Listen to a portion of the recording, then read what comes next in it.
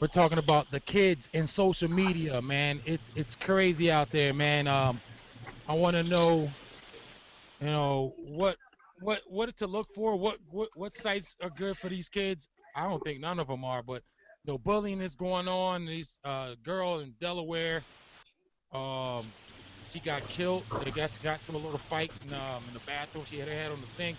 She died. I think CX gave me that jewel before, so I looked into it. But a lot of that stuff was fueled on social media, if I'm not mistaken. It's a whole new ball game.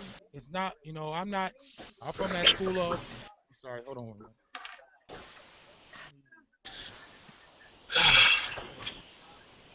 All right. So I want to open it up as far as the kids. Do you allow your kids to be on social media? Those of you that have kids around in the teens and maybe younger than Nope. that. Yeah, Nope. I got a 14-year-old. She was on there, but we seen what can go on there. Even with the text the messaging thing. Like she was on some message, some Snapchat or something, and I Yeah. found out like her language was totally different. Like I never thought my daughter would, you know what I'm saying, would speak like that, but she was saying motherfucker, bitches. I never seen my daughter in that light. Oh, you didn't So I'm know? like, nah, I did not know. Welcome to the club. Luckily, luckily, her mother searched everything, and she found out what she was saying or whatever. And we kind of, say we kind of handled it, but like you got to even if you do let them on the social media, you got to read everything, man. You have to check everything. You can't let them be free on social media, man. That's a dangerous thing, man. Right. Cause Yeah, because you got so many predators out there. Not just the with the people that they know.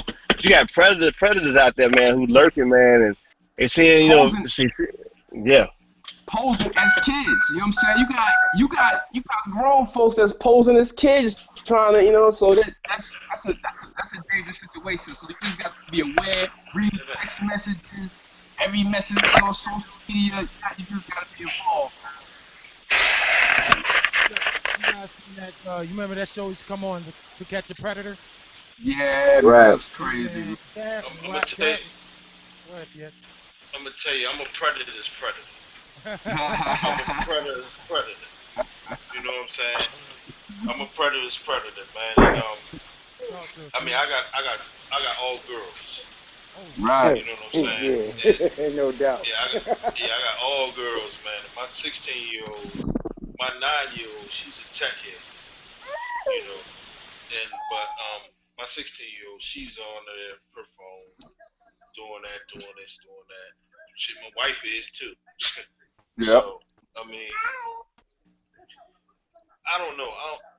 You want to protect them. You know what I'm saying? You definitely want to protect them. It's no different than you Yeah. monitoring what they're watching on TV, Right. especially when they're Right. my youngest daughter's age. But my 16-year-old, she's almost grown. She has a job and everything, so Mhm. I can't. It's no way I can monitor her. You know what I'm saying? Exactly. Exactly. I'm talking about as far as social And, media. and and and like they get slick at that age too. They start deleting shit and they start, so they learn how to hide shit, maneuver through shit. So so like I have a 10-year-old and a 14-year-old. Like my 10-year-old is not on social media at all. She's on nothing. Like she doesn't even have a phone. My 14-year-old, I kind of gotta give her a little slack.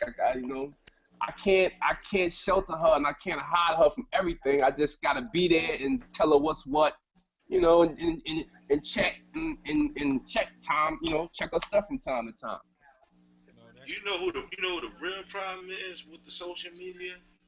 It's not really just the kids. It's the adults, man. you ain't lying.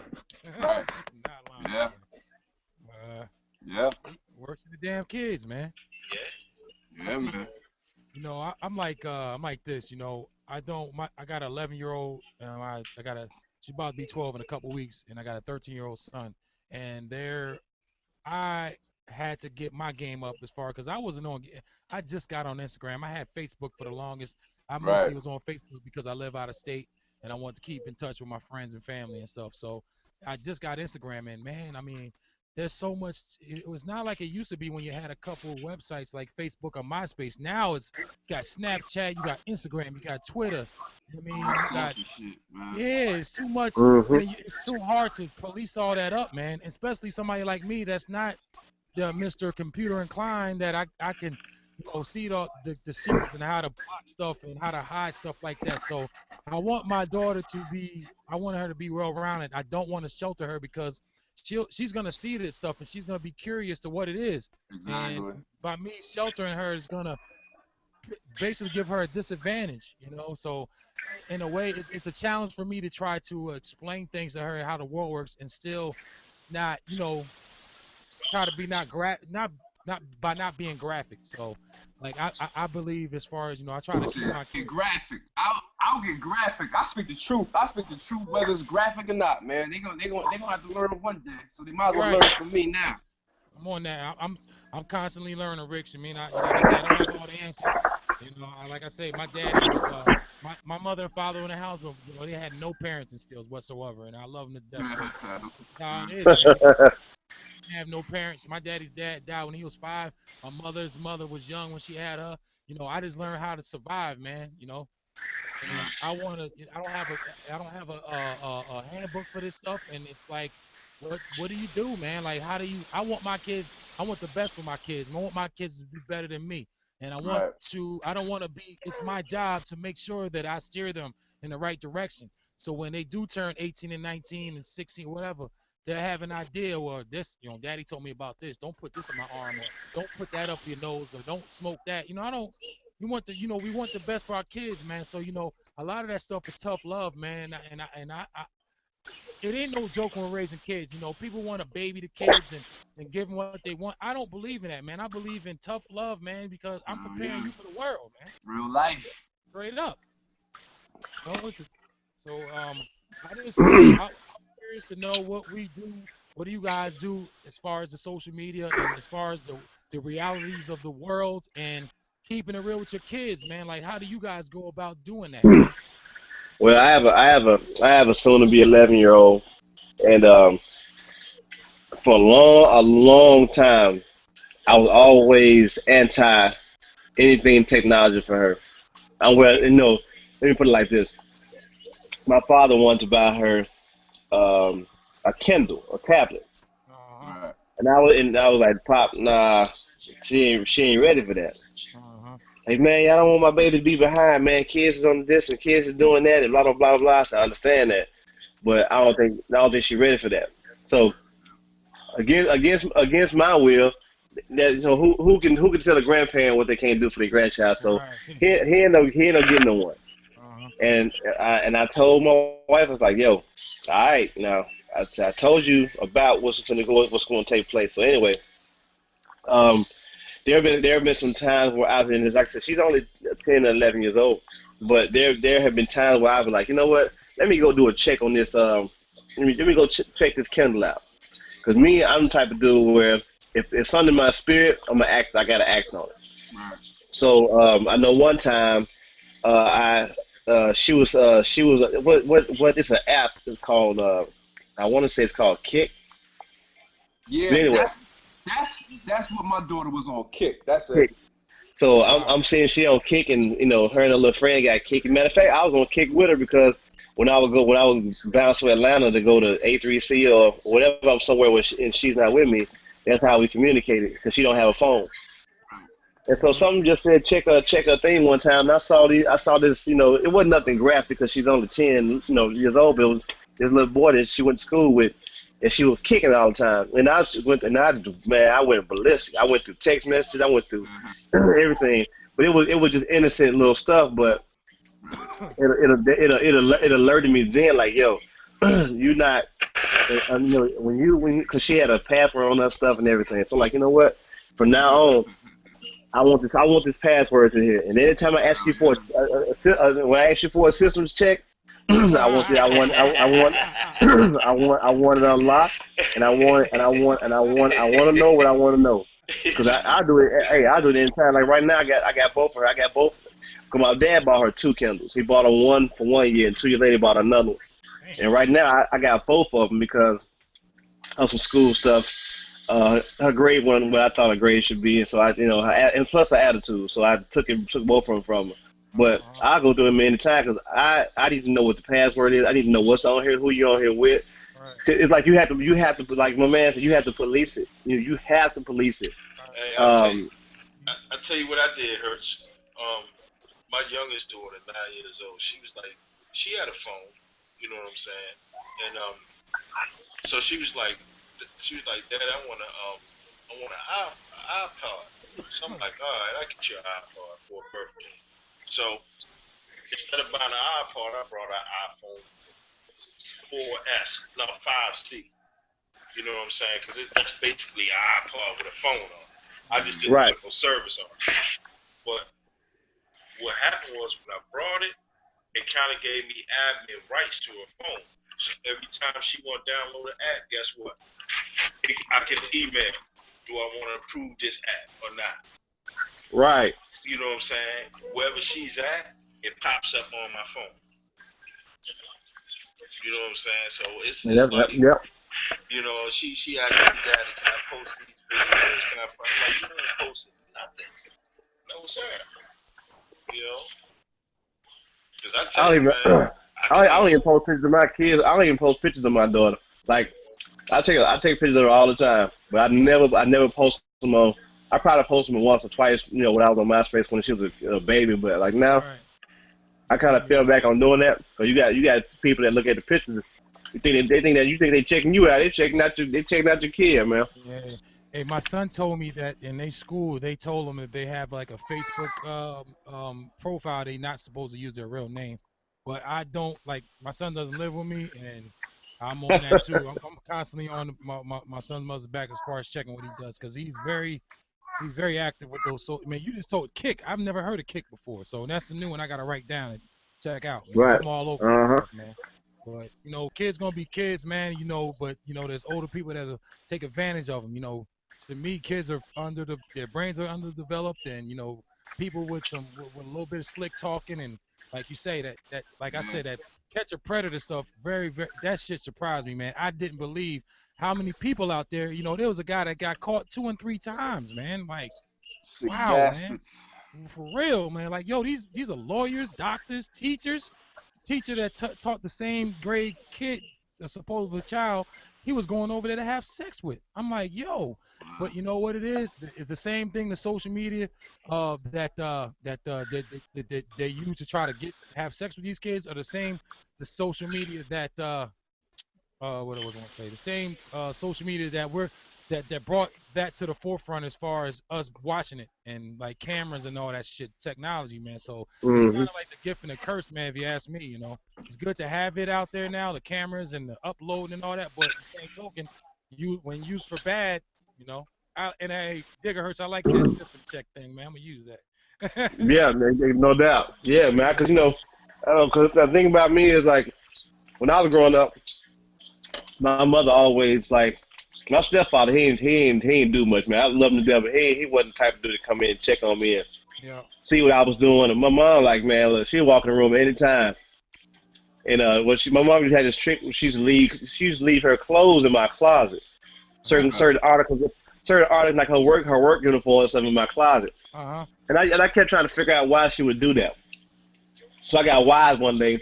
I had company, and she came in looking for uniforms. I said, okay. I said, this is okay. Oh, slick, man. And Slick. so, and so what I ended up doing was I ended up making some space in her bedroom in her closet, and I put all her uniforms in there. So she came in looking for uniform. When I said, I put all your uniforms in your closet. She said, I didn't tell you to do that. I said, I know, but I needed some room for my clothes. So she had to find new ways. And as I got older, she stopped doing, checking as much. But I'm the type of dude where I've done enough in my young life to know and to understand and see things from afar. So Mm-hmm. when I recognize stuff, I've been there. So you can't one up me. You Right, can't you right. can't stick a can of oil. So Yep. um, when I see like even with my son, he's gonna be up out of here in a minute. He, Uh, he would he would like a matter of fact, that's funny. He had a Facebook page one day. he was about 13 or 14. He was in junior high. Knowing that it was prohibited in his house. So just so happened I was looking for somebody. I was looking for a friend of mine, and I was typing in the alphabets or whatever. I see this familiar face. I'm like, yo, like what the like? Wait a minute, hold up. It's my son. So I go upstairs. I tell my wife like, yo, he on Facebook. She's like, where? I like, I'm gonna show it to you. Man, long story short, I end up intercepting a whole bunch of messages that he had sent to other people. Rix was talking about how you didn't, you didn't just by looking at the messages, you didn't even recognize that as your child. You like, Uh-huh. cause of all kind of, all kind of profanity and all kind of situational, girl boy situational stuff. I'm like, damn, like That's my what? kid. Yeah, so I had all kind of I had all kind of transcripts. I had man every conversation he ever had. I had it in a PDF file, read it. So when I confronted him with it, I had all kinds of stuff. I'm like, because I do technology, so I know how to, I know how to get what I need to get if I need to get it. Right. Right. Yeah, And that's so if you're going, I put it like this here. If it's a must, like if your child is 10 years old, you're right. They ain't got no business on that, no way. But if your child's like a junior high student, going into their first year of high school, they're gonna do those things. And but what you have to be, what you have, you can, hey, let them have it. But you got to make sure you got access to the password to get in it. Right. I got to be your friend so I can see what you posting. At any given, Exactly. Yep. That's it. see at heck. any, Go ahead, bro. at any given time, I got to be able to go in here, man, and see and see this activity, see, and that's gonna more or less, either they gonna get with the program, or they ain't gonna want to do it no more because you cramping their style, and that's what Right. I'm here for. I'm not here to make your life comfortable. Right. Uh, I was watching this movie one time, and the guy said, the guy told his son, I'm not here to be your friend. That's your mother's job. So that's how Heck I feel. yeah. Heck yeah. Hey, CX, Mhm. how did you I'm curious to know how did you get you say you had your daughter's phone set up to where you got every single app request. How did you go Yeah, about doing that, my brother? yeah, because inside the iPhones and iPods and iPads, um, you add family members, like shared like to your Right. iCloud and everything. Oh, And I okay. and I added her, and when I added her, it shows me where her location, and every time she wants to download an app from the App Store, it sends a request to me for me to accept it. Hmm. Wow. Apple is a very restricted platform anyway, so It Right, right, is. right, so right, right. so that was a plus for me, knowing that my 10-year-old every time she wanted to do something. But my 10-year-old is a little different now. Man, I got a server in the house with movies on it. She now to go on the server, pick the movie she want to watch.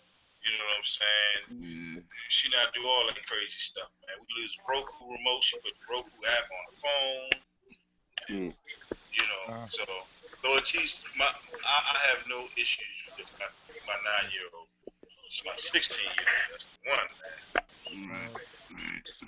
Right. All right. Real quick, I want to ask the panel real quick. The Harry Tubman on a $20 bill. Are you cool with it or you're not? CX. Uh, I mean, it's not gonna make no difference anyway. You know what I'm saying? To me, she they recognizing her on something that we really Yeah, have no control over. You know what Right. I'm right. saying? And I that's mean, for me go ahead. personally, I mean, I'm cool with it. I think it's a small victory for somebody that did so much for us. You know what I mean? Right.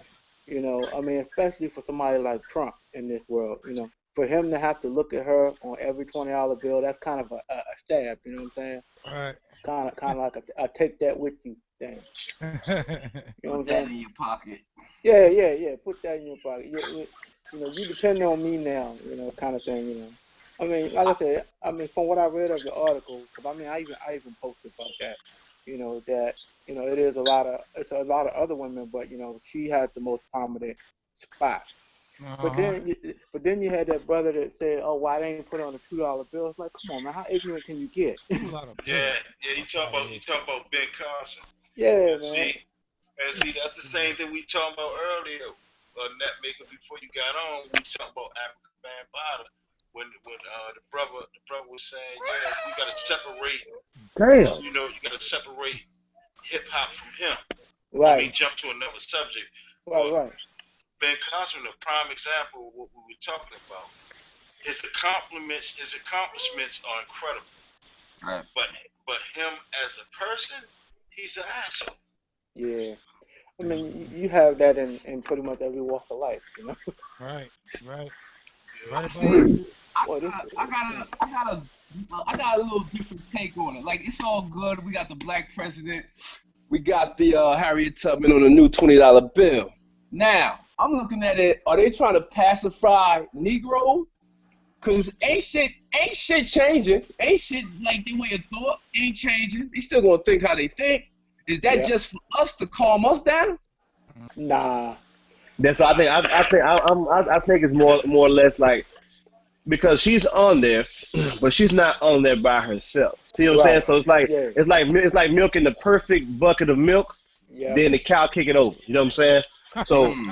Hmm. wow. so I mean I you know on one hand I applaud the effort, but then when I Right. turn back around, I turned around and he's still on there. It's like to Yeah. me, he's still. I mean, Andrew Jackson's still associated with the 20. It's not like yeah. y'all trying to erase his memory from the 20. Y'all still making him a. By him being on the back is just as more powerful as him being on the front. You know Right. what I'm saying? Ain't no True. difference to me. That's true. Slave. I'm still spend it. You know what I'm saying? But if you're doing it for the to appease me, say you set the heartache because Yeah. that's not gonna appease me. You know So what I'm saying? so Andrew Jackson. So he is on the backup. He's going to He's be on gonna the be on back the of the back. 20. He's gonna be on the backup. So you got a slave on the front and a slave damn owner on the back. Yep. But A listen, big slave owner. we Yep. are a slave to the money. So Right. I kind of think they playing games, man.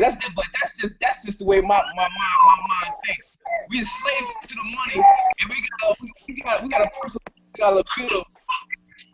Let me flip that though Oh, because you got some ignorant black people out here, man. I've been when that happened.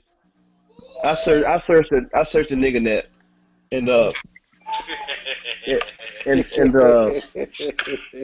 it was people on here talking about man why they put her ugly ass on there and why Uh, they why they didn't do this and she's so ugly I don't never spend a 20 I mean and and it's coming from black people but on the front. these are young kids who that don't don't know don't know. who haven't been tapping who haven't tapped into the history Let me tell you. Exactly. who this woman is you know um it's enough bigotry and hatred going around from other walks of life than to have it, come from the mouths of our own. So Right. Yeah. when I was seeing that stuff, it didn't surprise me because you're dealing with young minds now who don't know nothing more than how to dab and millie rock and all that good shit. Which I ain't knocking that. Everybody got their thing or whatever, but um, it was just crazy. But to add on to what Rich was saying, it's like, you kind of like take me to an extreme, then you take me to on an extreme high, then extreme low. When I first heard it, I was like, man, okay, that's what's up.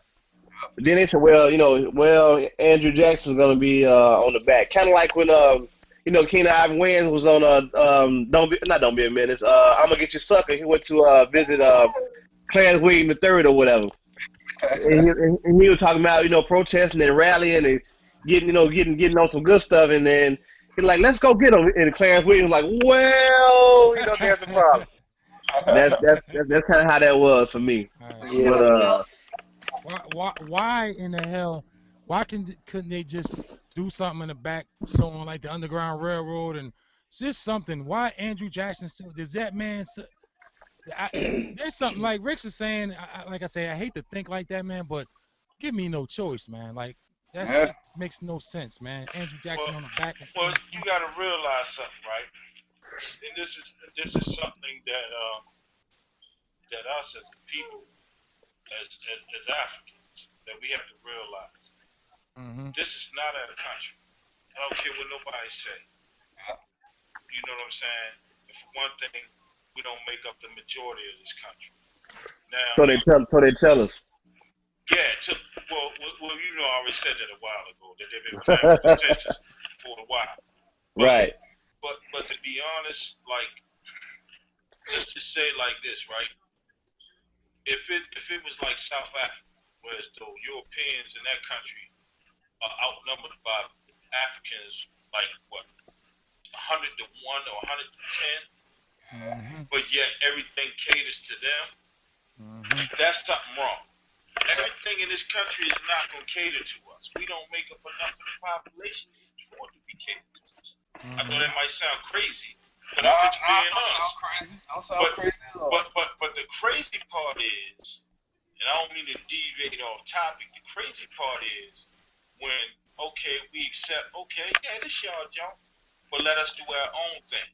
Okay, well when we do our own thing, y'all want to say we separating ourselves from them. Right. But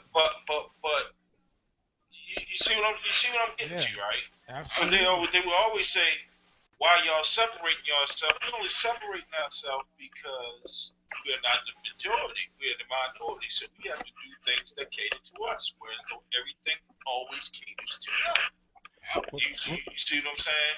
So with her on the bill, they're trying to say, oh, we're going to cater a little bit to the African Americans, but we still got to make sure we take care of the majority. We're going to just put him on the back.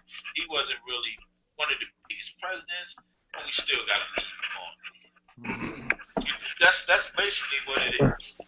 So Right. my thinking is, well, okay, well, if that was the case, then why wouldn't you go to the $10 bill? Why the $10 bill? Because you got to think about it. Hamilton, to this day, I still know who Hamilton is, Hmm. and I don't even have a desire to know who Hamilton is. Well, I think I kind of know who he is, but really, who is he? He wrote. I think he wrote the shit. The not the Bill of Rights, but the what was that man? Shit. He did the Nah, thing he with he he was like he just was a congressman, statesman type of dude, but he ain't he he he's proofread. not he's not a president. So He edited that the letter to England saying that we ain't fucking with y'all no more. I think. yeah, pretty much right. But that's what I'm saying. So why not? Okay, if your attempt was to make a historical move by putting someone of color on currency, why wouldn't you? If the presidency is such a sacred thing, why wouldn't you go after, let's say, the $10 bill, which has no president on it? Right. You Exactly. know, Yeah. Hey, and this another this to touch what CX was saying, and by the way, CX, I like going off topic, man. That's I love that shit, man. Here- Here's what I want to say. I hate it when like somebody of the Caucasian descent says, "Oh, you guys are got the Black Entertainment Network. Now, if we had the White Entertainment Network, y'all be all over us." But Man, now, white networks. What they talking about? right? That's what I'm saying. Like, come on, be for real. Yeah, you guys got the Black Pride Parade, and you got black colleges. but no, but nobody said nothing about Telemundo though. Right, I was ready to say, look, let me say this. Let me say this. Let me say this. This is how you know something. Because me and my wife was just talking about this, right? And I was saying, like, they got Telemundo, you got your Asian stations, this, that, and other. None of those get scrutinized. Yeah. But when it comes to us doing something, why is that? Do you Yeah. understand what I'm saying? Why is it? Why is because it that? because in power, I'll tell you why. Because anytime you empower someone of African descent, that power is magnified, man, to a point you can't even understand. Hmm. And the thing about it is, a lot of us don't know that, but they know that. Yeah, they know it. Yeah, they know it because So that's why any person of color, what any black person with with any ounce of knowledge of self or empowerment or whatever, they're always going to be a threat. And so Yeah. that's why you had to buy BET, and that's why when you bought BET, you had to totally strip it down of all of what it had before you bought it, and make it into be a microcosm of everything else that you own. If Right. you look at BET before Bob Johnson sold it. Uh, He certainly sold it. and when he sold it or whatever, you think about the programming that BET offered. We had our own news channel. Teen I mean, Summit. you had Teen Summit. You had you had cartoons you had Kimbo and Kids. You had a lot of black programming, a lot of positive black programming. One thing, then you had you had Video Soul, you had Oh, Rap City.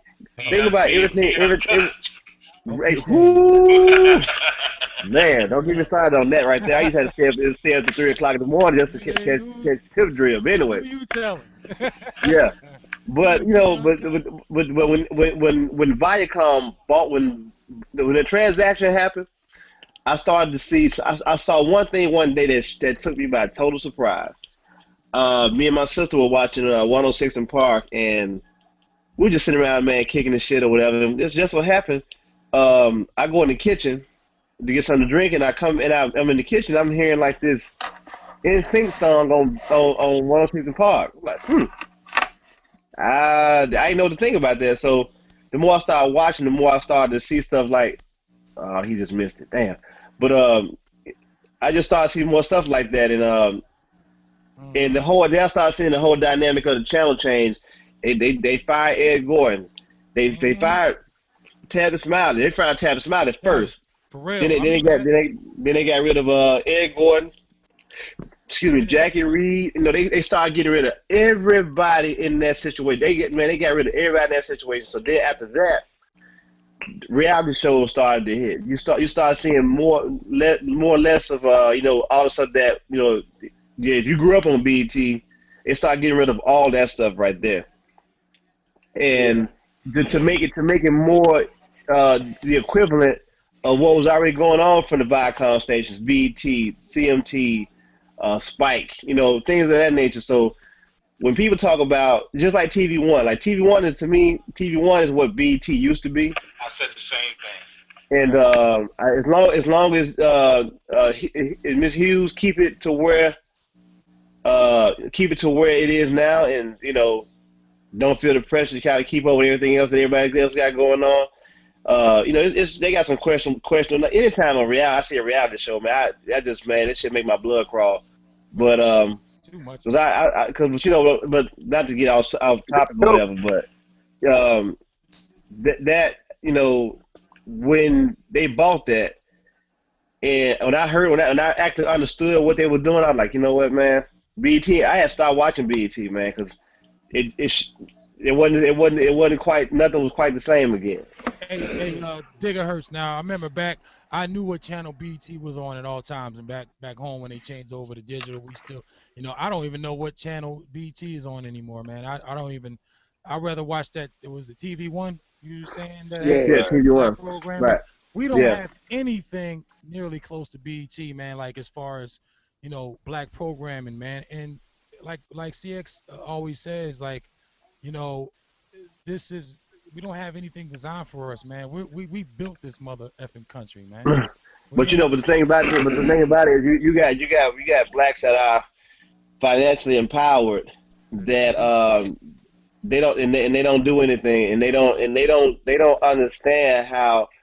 um I had a young cat ask me one day, like, well, he said, yo, why is it so important to you that your daughter see a black person that's a doctor or a lawyer? Shouldn't she, if she inspired to be a doctor or lawyer, can't she just get it? I said, no. I said, it's important for my daughter to see somebody look like her out here handling business and getting stuff done. I said, Right. because that's empowering. That makes her Yes. believe, that makes her believe that, that she can obtain these things. I said, it's all you also, as a parent, you should always want your child to identify with something that looks like them. See, Exactly. that's the Right. You know, psychological. That's the psychological, and something that they need imprinted on their subconscious. You know what I'm Right. right, saying? Because Yeah. I, subconsciously, if the wrong things are imprinted on their conscious, such as, um, I'll use this for example. In school, all of us were taught Christopher Columbus discovered America, black Mm. people, your history doesn't start. I mean, doesn't. It only ends with slavery. Right. Yep. So with them teaching us that subconsciously, it made us feel like, man, we ain't do nothing. All You know right, what I'm saying? But think about what it did to the other little white kids that were there learning with you. all right. It made Mm, them feel like they created every mm, goddamn thing. word. So it Hey, messed both of us up at the same time. hey, I hate Black History Month's the shortest month of the damn year. We just land on Black. I don't celebrate Black History Month in February. I do it all the time. Black History Month is every day for me. For So real, Right, for real. I don't do that because it's kind of redundant. You know what I'm saying? I'm black every day. right, I ain't just black in February. right, I'm I don't, black And every ce- day. I don't right, celebrate holidays. My mother yeah, don't either. right. Yeah, piggyback on what y'all was saying about the kids saying stuff. That's just like when Obama got elected. I ain't gonna lie, I broke down and cried Mm-hmm. because yeah, because at that moment I had a 94-year-old grandfather who died Wow, shortly after he died, but he lived long enough to see a black man get elected. yep, wow, yep, You Right. yep. know, wow. and I thought about that. I'm like, wow, we live in it. I've seen it in my lifetime. Right. It's definitely good to Right. see. It was definitely good to see. I agree Yeah, with that. most So, demented. But you But know, but my grandkids might not see that. You know what I'm saying? Like my daughter Right. witnessed it. You know, Yep. but shit, her kids might not. It might be a myth to them. You know what I'm saying? Yeah, yep, exactly. Hey, net yep, maker, you know And what's nobody. crazy? Maker, you say your grandfather he went through all the civil rights era, man. Like it probably went a time where he was like, that's damn near impossible for a black man to be president. And now it happened. exactly. And I Wow. mean, he for a black man, he was fairly successful. He was in the radiology. He was the first radiologist, basically in the country. Wow. Now And hold on, that maker. I don't mean to cut you off, but you see how important that was for him yep, to be to be what he was, and look exactly, what you and he set an example for not only your father, but he set an example for you to do the thing that you're doing today. Right. So exactly. that's why it's important, and that's why it's important for like, kids to see that not only their parents being in a certain light of working hard and being successful, but having Right. some another standard to aspire to as well. Exactly. Absolutely. You know, Yeah, because I mean, all of us, they would always say you could be anything in the world you want, and everybody would say, but president. Mm. Right. right, right.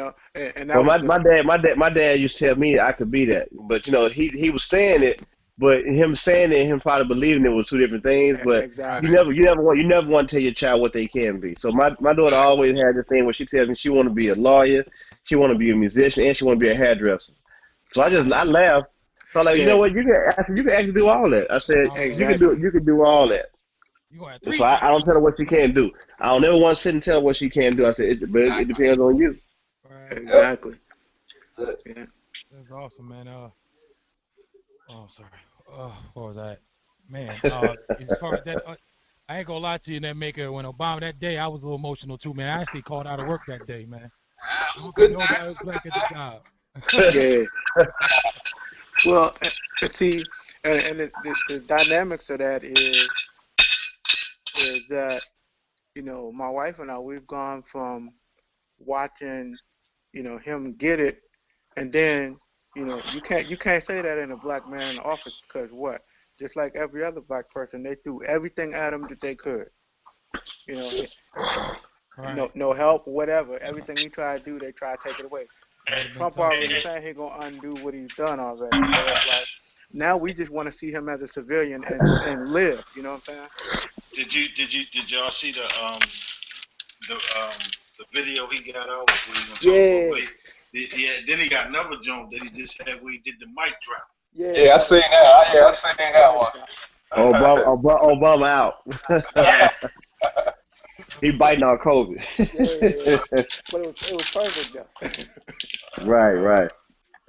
I But say that's this, the man. thing. Have I have said it to I your say thing. this real quick, man. Go ahead. That strategy was a good strategy Yeah, that they used against him. And what I mean was, yeah, they were going to obstruct everything he was trying to do, but that wasn't the only thing. The other thing was to get the people so disenfranchised and mad at him, like everything was his fault. yep, exactly. And that's the thing. see, I was fortunate enough to see him because basically I work at George Mason, and anytime they have I didn't know anything you were local, gay. he's coming to my school, and I didn't know that. so you know, but I when he came to my school years ago, and I'll be honest, I said to my boss, who's this Obama cat? You know, because I wasn't really into politics at all, Hmm. and so he gave me something to get behind, and so as I sat there and watched him and listened to him, I told my boss, I'm like, that dude gonna be president. He said, you think? I said, no, I hear it right now. He's gonna be president. And sure as shit, he announced he was running for president. That's I So following ain't, yeah, you. I ain't know you work at George Mason, man. yeah, man, I do all the Wi-Fi for all the campuses. Oh man. Mm. So I'm gonna stop over there and holler at you one day. Yeah, do that, man. And man, we all need to take a trip, man. We need to go all take a trip to the nation's capital. Yeah, yeah, Hmm. exactly. 6 months from now, or Vegas. Don't matter. Yeah, Exactly. hey, hey, Vegas, hey, oh, hey, Vegas, we get close to net maker, man. Get some of that gear off of man, cause he don't need all Hey, yeah, net maker, bring your gear with you, man. that. Right. We're gonna have a gear fest or something, man. You gonna He's hate talking the about travel. all kind of flight cases, man. He gonna have all kind of flight Hey, cases. I'm talking to the, CX. I've seen you, man. You got a shitload of gear. Gigahertz, you got a shitload of gear, and net maker. So y'all like the gear man's gear man. Like y'all got so much shit. Well, but you know what? Ain't nobody got more knowledge about gear than CX and NetMaker. See what I'm saying? Hey, I ain't got no knowledge about nothing. I don't know nothing. Always, you gotta be. So, nah, you know what? I'm telling you something. When we be on the other hangout with gadgets, when CX start talking about gear, I'm listening because I'm like, okay. Especially when he had broke something down uh Friday that I didn't even know. You know how you know something, but you don't know how in depth it goes. Like Yeah, we were talking about the 4000, and he was saying something about the reason why the 4000 one of the best MPCs is because it's actually built based on the sampler itself, which it's a separate sampler already, but the whole dynamics of it is built around the sampler. So right. I'm sitting here listening to him. I'm like, damn. So after we got the next morning, I got up. I researched it for myself or whatever. Not that I didn't trust him. I just wanted to see for myself. So I Mhm. went in and did some research on it or whatever. And I was like, man, you know what, dog? I said, man, it's like the Gear Bible. Yeah, brother got a lot of knowledge, man. I don't have a lot of gear. Seriously, man. I'm down to But like you touched a lot of gear, and you touched a lot of gear, and you know it very intricately. So that's what I mean. yeah. Right on. So, It's funny speaking about CX.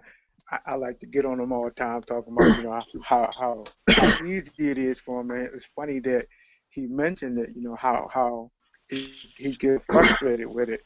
I can definitely relate to that. The only thing that I tell anybody, you know, I know how good I can be in my head. It's just the translation to actual sound that people don't know. Right. uh-huh. Y'all watch my channel and y'all see that I can put out a lot. I make that stuff before I post it. Hmm. You got a You know, YouTube channel not making? I do, but I haven't posted to it in a long time. I've Oh seen you man. on Google Plus. I've seen a couple of your joints, man. Yeah, I used to post to it years ago all the time, and then as I started getting more gear, I only joined Instagram because I've been doing research on getting your brand out, and they were like, you got to be on social media, got to be on social media. So I just picked Instagram and just stuck with it. Hmm. Yeah, I like Instagram. I like it's like it's user friendly and that you can, like, I post the stuff real quick and hit that button and do what I gotta do and I'm done. Exactly. You know. Yeah. I mean, I was actually happy about the 60 seconds, but the 15 seconds, it was like I can create something for 15 seconds in my All sleep. right. You at 60 Yeah, now? Is that for everybody now? Yeah. I'm at 60 now. But I'm gonna tell you something. I I still like the 15. I've done one recently where it was about 20 seconds or whatever. It's good to have that extra if you need to show everything. If you need to show everything, Right. Right. Well, 15 seconds is enough for me. Cause all I want to hand out is snippets anyway. All So right. Right. Right. So Instagram is the SB 1200 of social media, no longer. right, Yeah. but I'm actually about to start putting my this 4K. I had bought a 4K camera a little while ago, but I'm actually gonna start putting that camera to use, man, and start doing. Yeah. I think I'm gonna start doing like I always tell my man, for 3,000 views, there ain't a lot of 3,000 No. videos up on YouTube or Vimeo. So I said Right. Right. I'm gonna break the mold, man, and I want to kind of do production. Like I want to kind of do videos on everything that I own, Right. even FL Studio. Just showing how I pick. I want to show the whole process, picking a sample. You know, because me making the beat, it don't take long. But if I'm putting together a video, I want to make sure that it's done with on the highest level of completion. I Right. want to kind of be intricate with it or whatnot. just be raw with it, man. Cause I'm ready to do some videos on all of it. FL, Reason. I was just telling Bob Bali.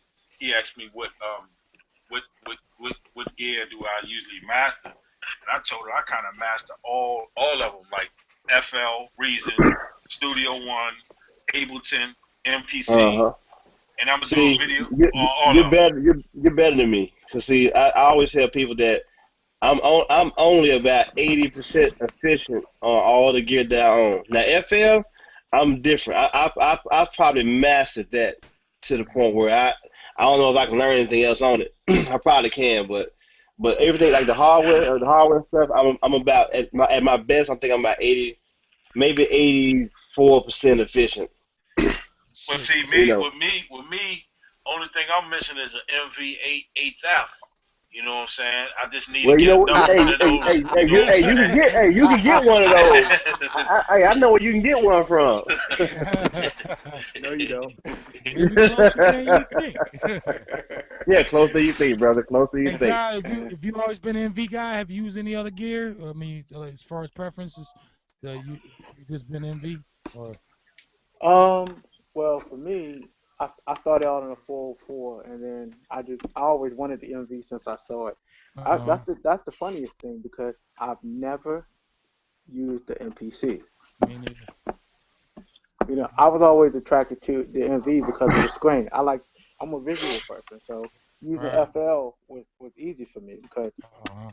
I went from the 404 to FL to actually excuse me FL to 404 to MV. You know what's crazy though, Netmaker?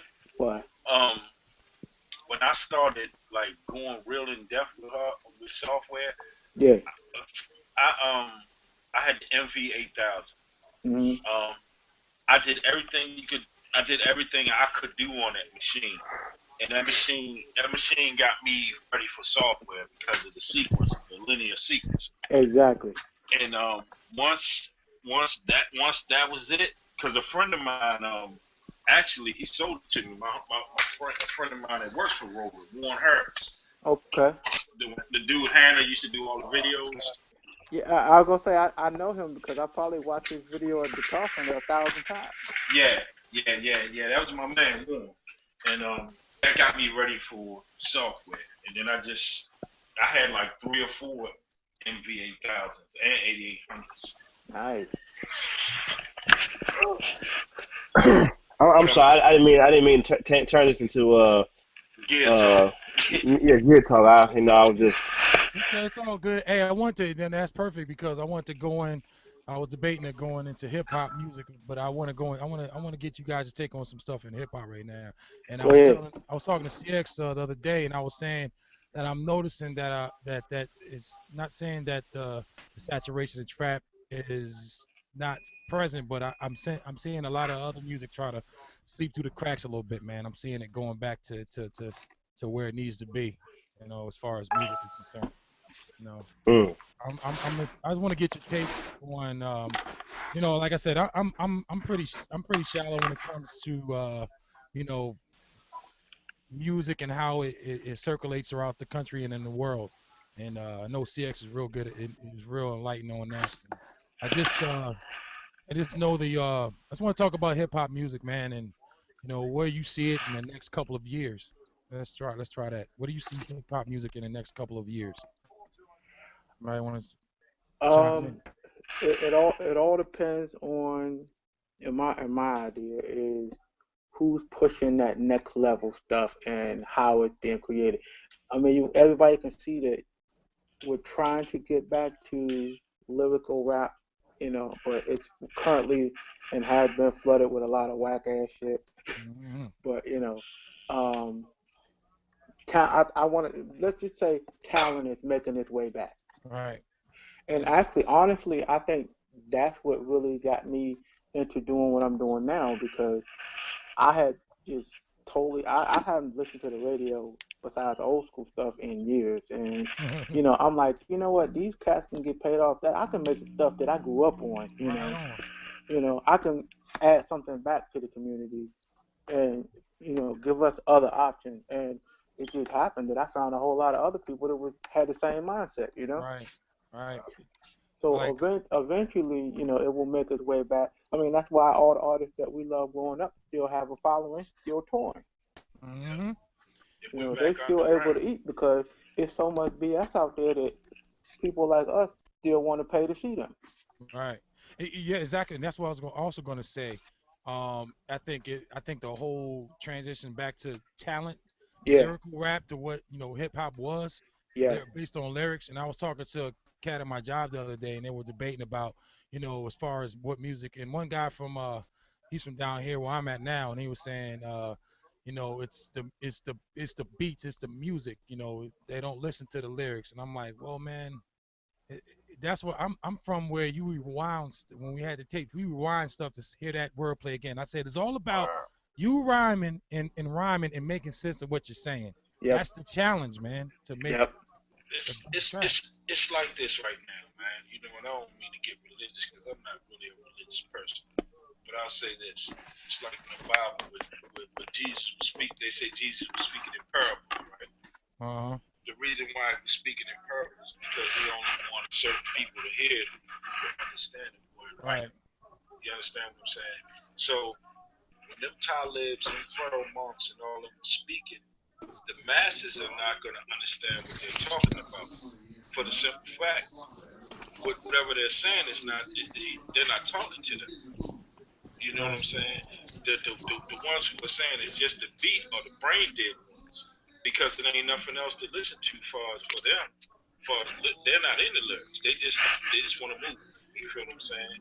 And Right. that's not the people you want to touch anyway because they're mentally dead to Right. an extent. You know what I'm saying? Right. I agree with that. And you could be I would respect trap music a little bit more if somebody it was more lyrical, man. I could picture a couple of my favorite rappers on some trap music and actually would tear it up to pieces. But it's not like that, man. It's all about hooks and it's all about the hooks now, man. It It's wouldn't it it wouldn't make a difference because the words would be in vain because they're falling on deaf ears. right. Exactly, I hear you, man. exactly. And that's the There, thing. and the respect ain't there either, man. For the young cats who, because a lot of them they not doing it for the purity of the music. They doing it because what the music can get for Right. them. I was watching this video of this new cat that's out, and I think Ebro was loading up Mass Appeal, Gangstar's Mass Appeal instrumental for him to rap over, and dude was like, I don't rap over that kind of stuff, man. You gotta hit me with something else, and blah Wow. blah blah blah blah. And I was like, I'm looking at this dude like, but a lot of kids who are into hip hop, whether it's the trap stuff or whatever, they don't have a history. They don't know the history, so a lot of them get into it without having a thorough grasp of the history of the Right. music. You know, um, when I decided I wanted to do music, but I'm just not a hip hop dude. I pretty much listen to it all. Right. Uh, hip hop is just one of those things where it stuck with me. But I do soul stuff, R&B stuff, as well. But in any event, most of, and it's always the urban music that gets the stigma. Because you look at somebody like the Jonas Brothers. The Jonas Brothers know they them cats know who the Beatles are, but guess what? They pay homage to the Beatles. They Right. pay homage to um, they pay homage to Motley Crue, Bon Jovi. They pay homage because you know why? Because they understand the rites of passage. Right. Like When it comes to hip hop and even some of our R&B artists, like young cats now, they don't have that respect because they feel like who they are is more important than the legacy that's been laid before them. who And dropped the ball though? Who dropped the ball on that? we Was we, we dropped the it really ball. bad? Yeah. We dropped the ball because I'm gonna tell you why we dropped the ball. You got. I'm saying we collectively, but I'm talking about the people who are the gatekeepers of the culture, whether it be R&B, whether it be hip hop, whether it be whatever. Uh, when you got cats who are the gatekeepers or the guards of the thing, and they don't hold these young cats accountable. Oh, Yep. hey man, you can't do that. You can't. Hey, that's not hip hop. You Right. know, or going at this person is going at this dude when this dude the main man in this hip hop shit, and you just starting out. You don't do that. Right. And Right. Right. so when you don't hold that's just like if you got rules in your house and you don't hold your kids accountable to your rules, you can almost expect that disrespect to come in at some point, unless you got a tight fist on it. Right. You know, We didn't father it and like we should have. We didn't father it or parent it like I, should I have. I blame the right, industry and the labels, man. The reason why I say I blame the industry and the labels because if they didn't promote it, it wouldn't have happened.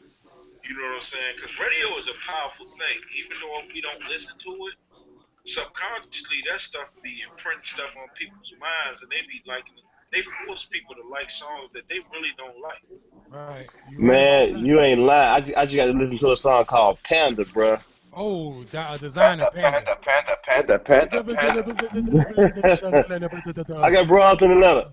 And I'm sitting here listening to this and like, man, you know what? If I'd have tried this shit in 88, 89, maybe, Man, man, the cats would have radio been ass looking at you shit. like, man, they'd have found me hanging up upside down by my ankle, man, somewhere. I Because tell you, you cause this. you know, because your favorite, like my favorite MCs growing up. Rakim, was my favorite MC, and it to come anything less than Rakim was like a crime to me. That was So your boy.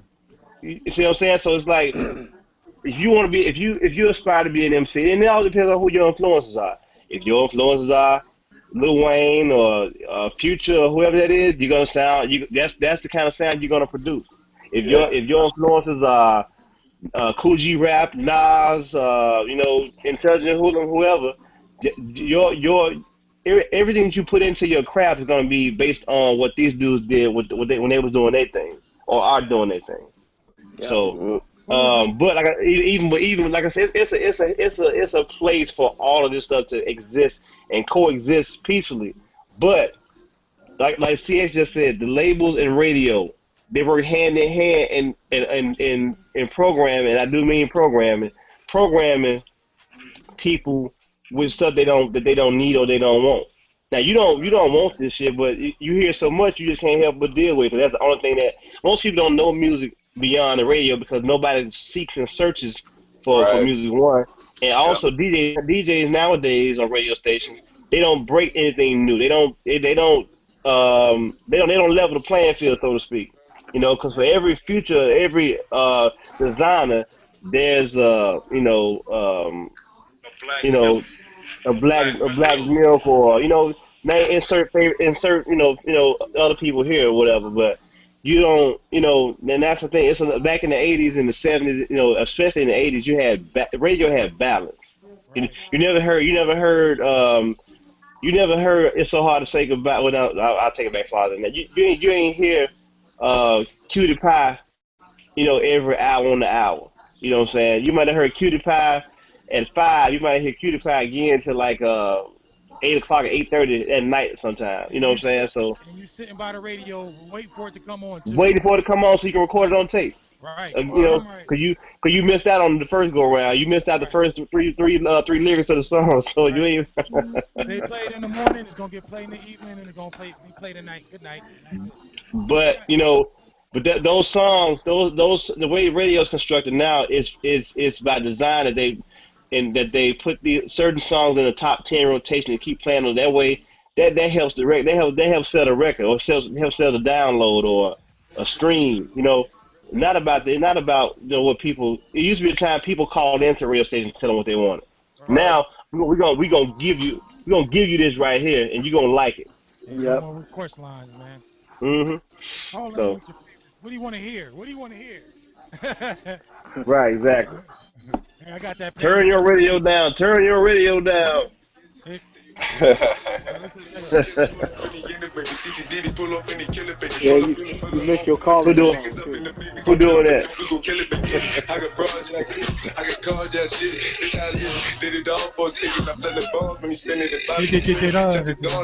I don't know what the hell he's saying. God damn. Man, I'm telling you something. I looked that song up Translated on for you that, on man.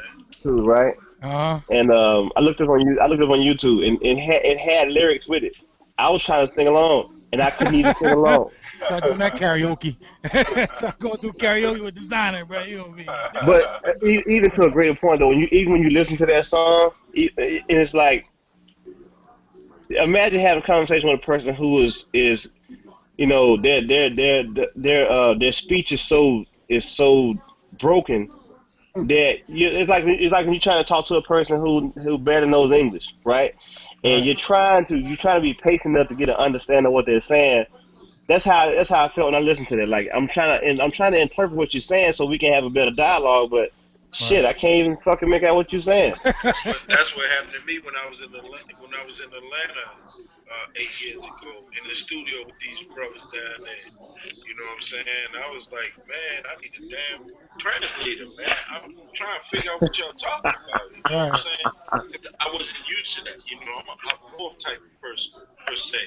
You feel what I'm saying? So I wasn't really used to the dialogue and the dialect. You know what I'm saying? Uh-huh. So, but it's just man. Uh, I get to you like this. I'll say this. Think about this. Um, it's like one time, one time, A&R managers at labels and stuff like that will always want to listen, find the next thing. You know what I'm saying? But it's like they got to the format of we got to find the same thing. You know what I'm saying? It's like they keep finding the same thing, same thing. Now I can imagine with some of the people who are coming up who want to make what they call rap or hip hop. This is what they're thinking about making because this is what they think is what's hot. You feel what I'm Right. saying? When you go into the lab and you're creating something, what I'm a kind of person when I go create whatever I feel like making, or however it comes off, or however I'll chop that sample. That's what it is. You got these guys starting with that hi hat, and then they get that 808 going, and it's like, damn, bro, all that damn talent you got to program that DAW, and this is what you damn make. Yeah, that's what you come up with. Imagine if raw hip hop, like real hip hop, was just like okay, everybody who do raw hip hop, you can't use nothing but impeach the president drums.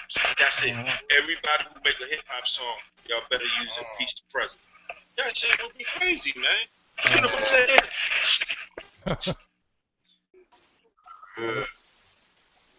So Whose TV is that? I don't know. I don't even have mine. No, I'm just Anybody got saying. TV on? Is we can hear the TV in the background, whatever it is. I'm just watching. Not me. I'm watching mine on mute because I'm Hey, watching what's watching the Indiana just lost. uh-oh. Shit. Hey, what's Oh, going dude. on? What's going on, Lamar? Well, it's going good, man. It's Hey, going good. good to hear from you, brother. This is Oh Lamar, yeah. man. What's going on with you, brother? Hey, you missed a lot, man. We're talking about Trump. We're talking about a little bit about everything, man. But what's your take on Trump, man? You think his momentum's gonna run out, or what do you think? No, no, his momentum not gonna run out. But I think what's gonna happen is he's gonna be the nominee for the Republicans, and it's gonna be a close call because it's gonna depend on can Hillary beat him, and she got to talk about foreign politics and stuff like that, because I don't think he knows nothing about it. But if she try to get into a fight with him, she can't beat him. All right. I think the debates, if he does get that Republican, well, we had a couple people that don't agree with it. I was just saying that I'm kind of getting nervous because he's not, doesn't seem like he's running out of steam like I thought he was, and if he does and he does make it to that point and he has to debate Hillary Clinton, I think she's gonna rip his ass apart because like he said, his knowledge, he doesn't have any idea or clue what's The going thing on. about it, if she is to win, she can't let drag her into his world. Right. Yeah. She has she Okay, has yeah, she has you're right. she has to debate on what she knows, and if she stoops down to his level in terms of uh you know smoke and mirrors and smoke screens and stuff like that, and start doing what he do, she's gonna sway her. She's gonna sway her position a little bit. Yeah, I because feel he's ready. if she make it now. Let's say for play devil advocate though. Let's say on the flip side that she don't make it. Let's say Bernie Sanders makes it. Who Right, right. so you really hey, if that happens, you really should be scared because what he's gonna do, he got enough resources, man, to discredit anything that Bernie Sanders has ever done. Now Yep. Right. he don't have enough credibility to discredit her per se because not only has she dealt with it 8 years by being a first lady, she's done it 8 years being a Secretary of Defense. So Okay, yeah. that's 16 years of experience on a diplomatic level that he can't tell you about. Like Right. CX said, it's a business, but a lot of rules that you use for business don't apply here. Mm-hmm. You know. It, it, You're absolutely right, man. And I never thought about that in that sense, like you just said. And I mean, what you just said is so true. For one thing, this is the problem with Donald Trump.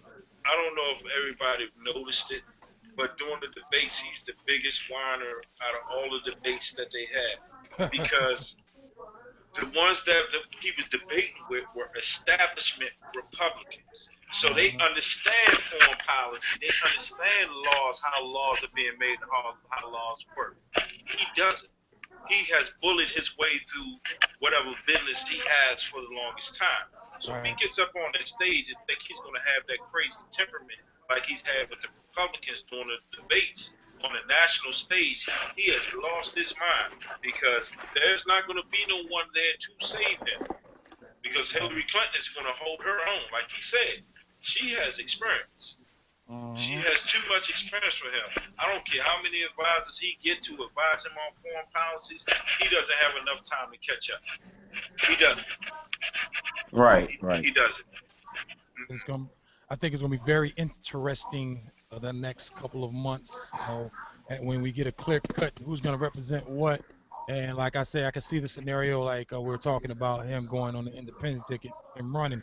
But I kind of compare it to the Ross Perot. When Ross Perot ran on the independent ticket, he sucked votes away from, because he was a true Republican.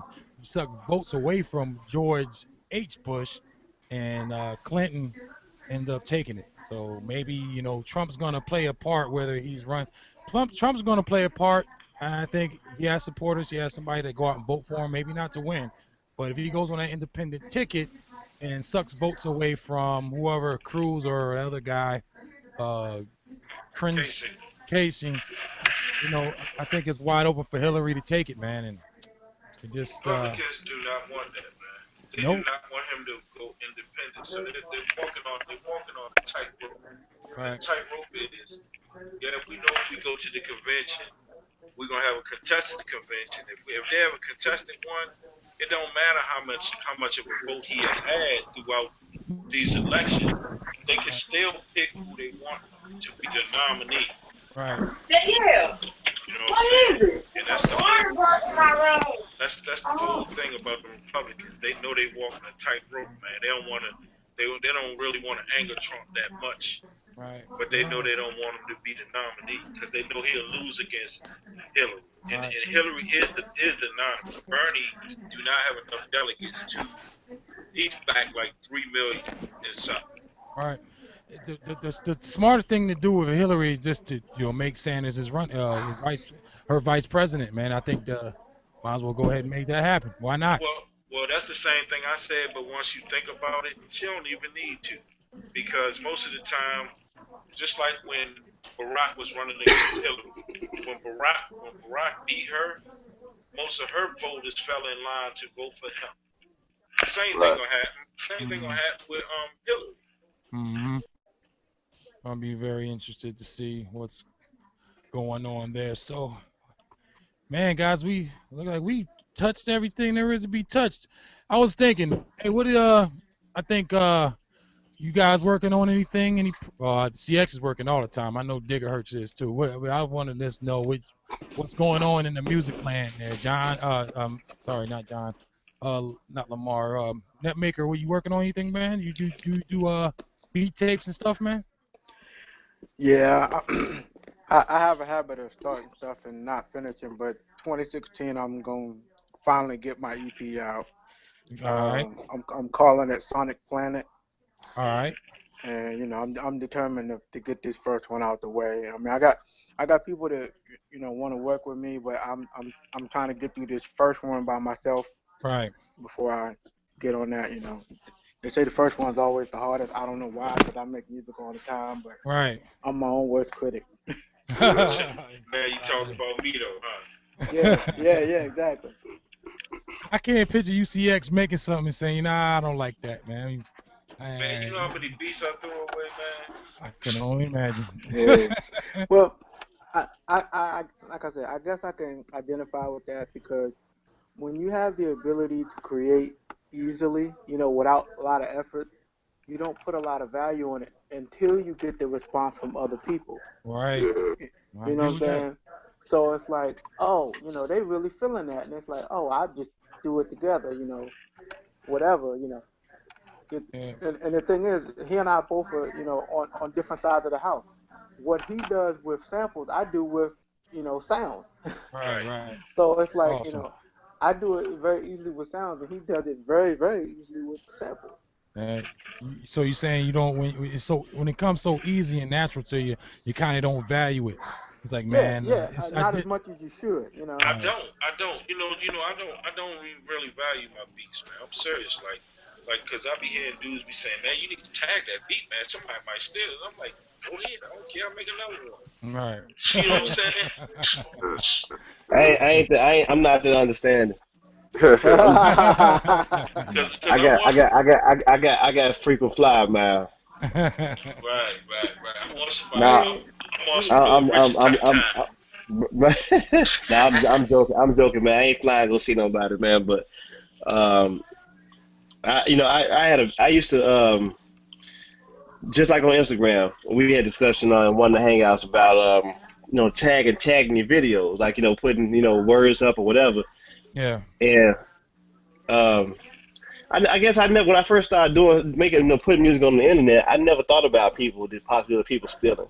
But but nowadays that's what what's the joint SoundCloud number the breeding ground for labels and people to go and see what you're doing, steal the ideas because nobody wants to work and nobody you want to break bread with you. Say for instance they see a beat they like on your page.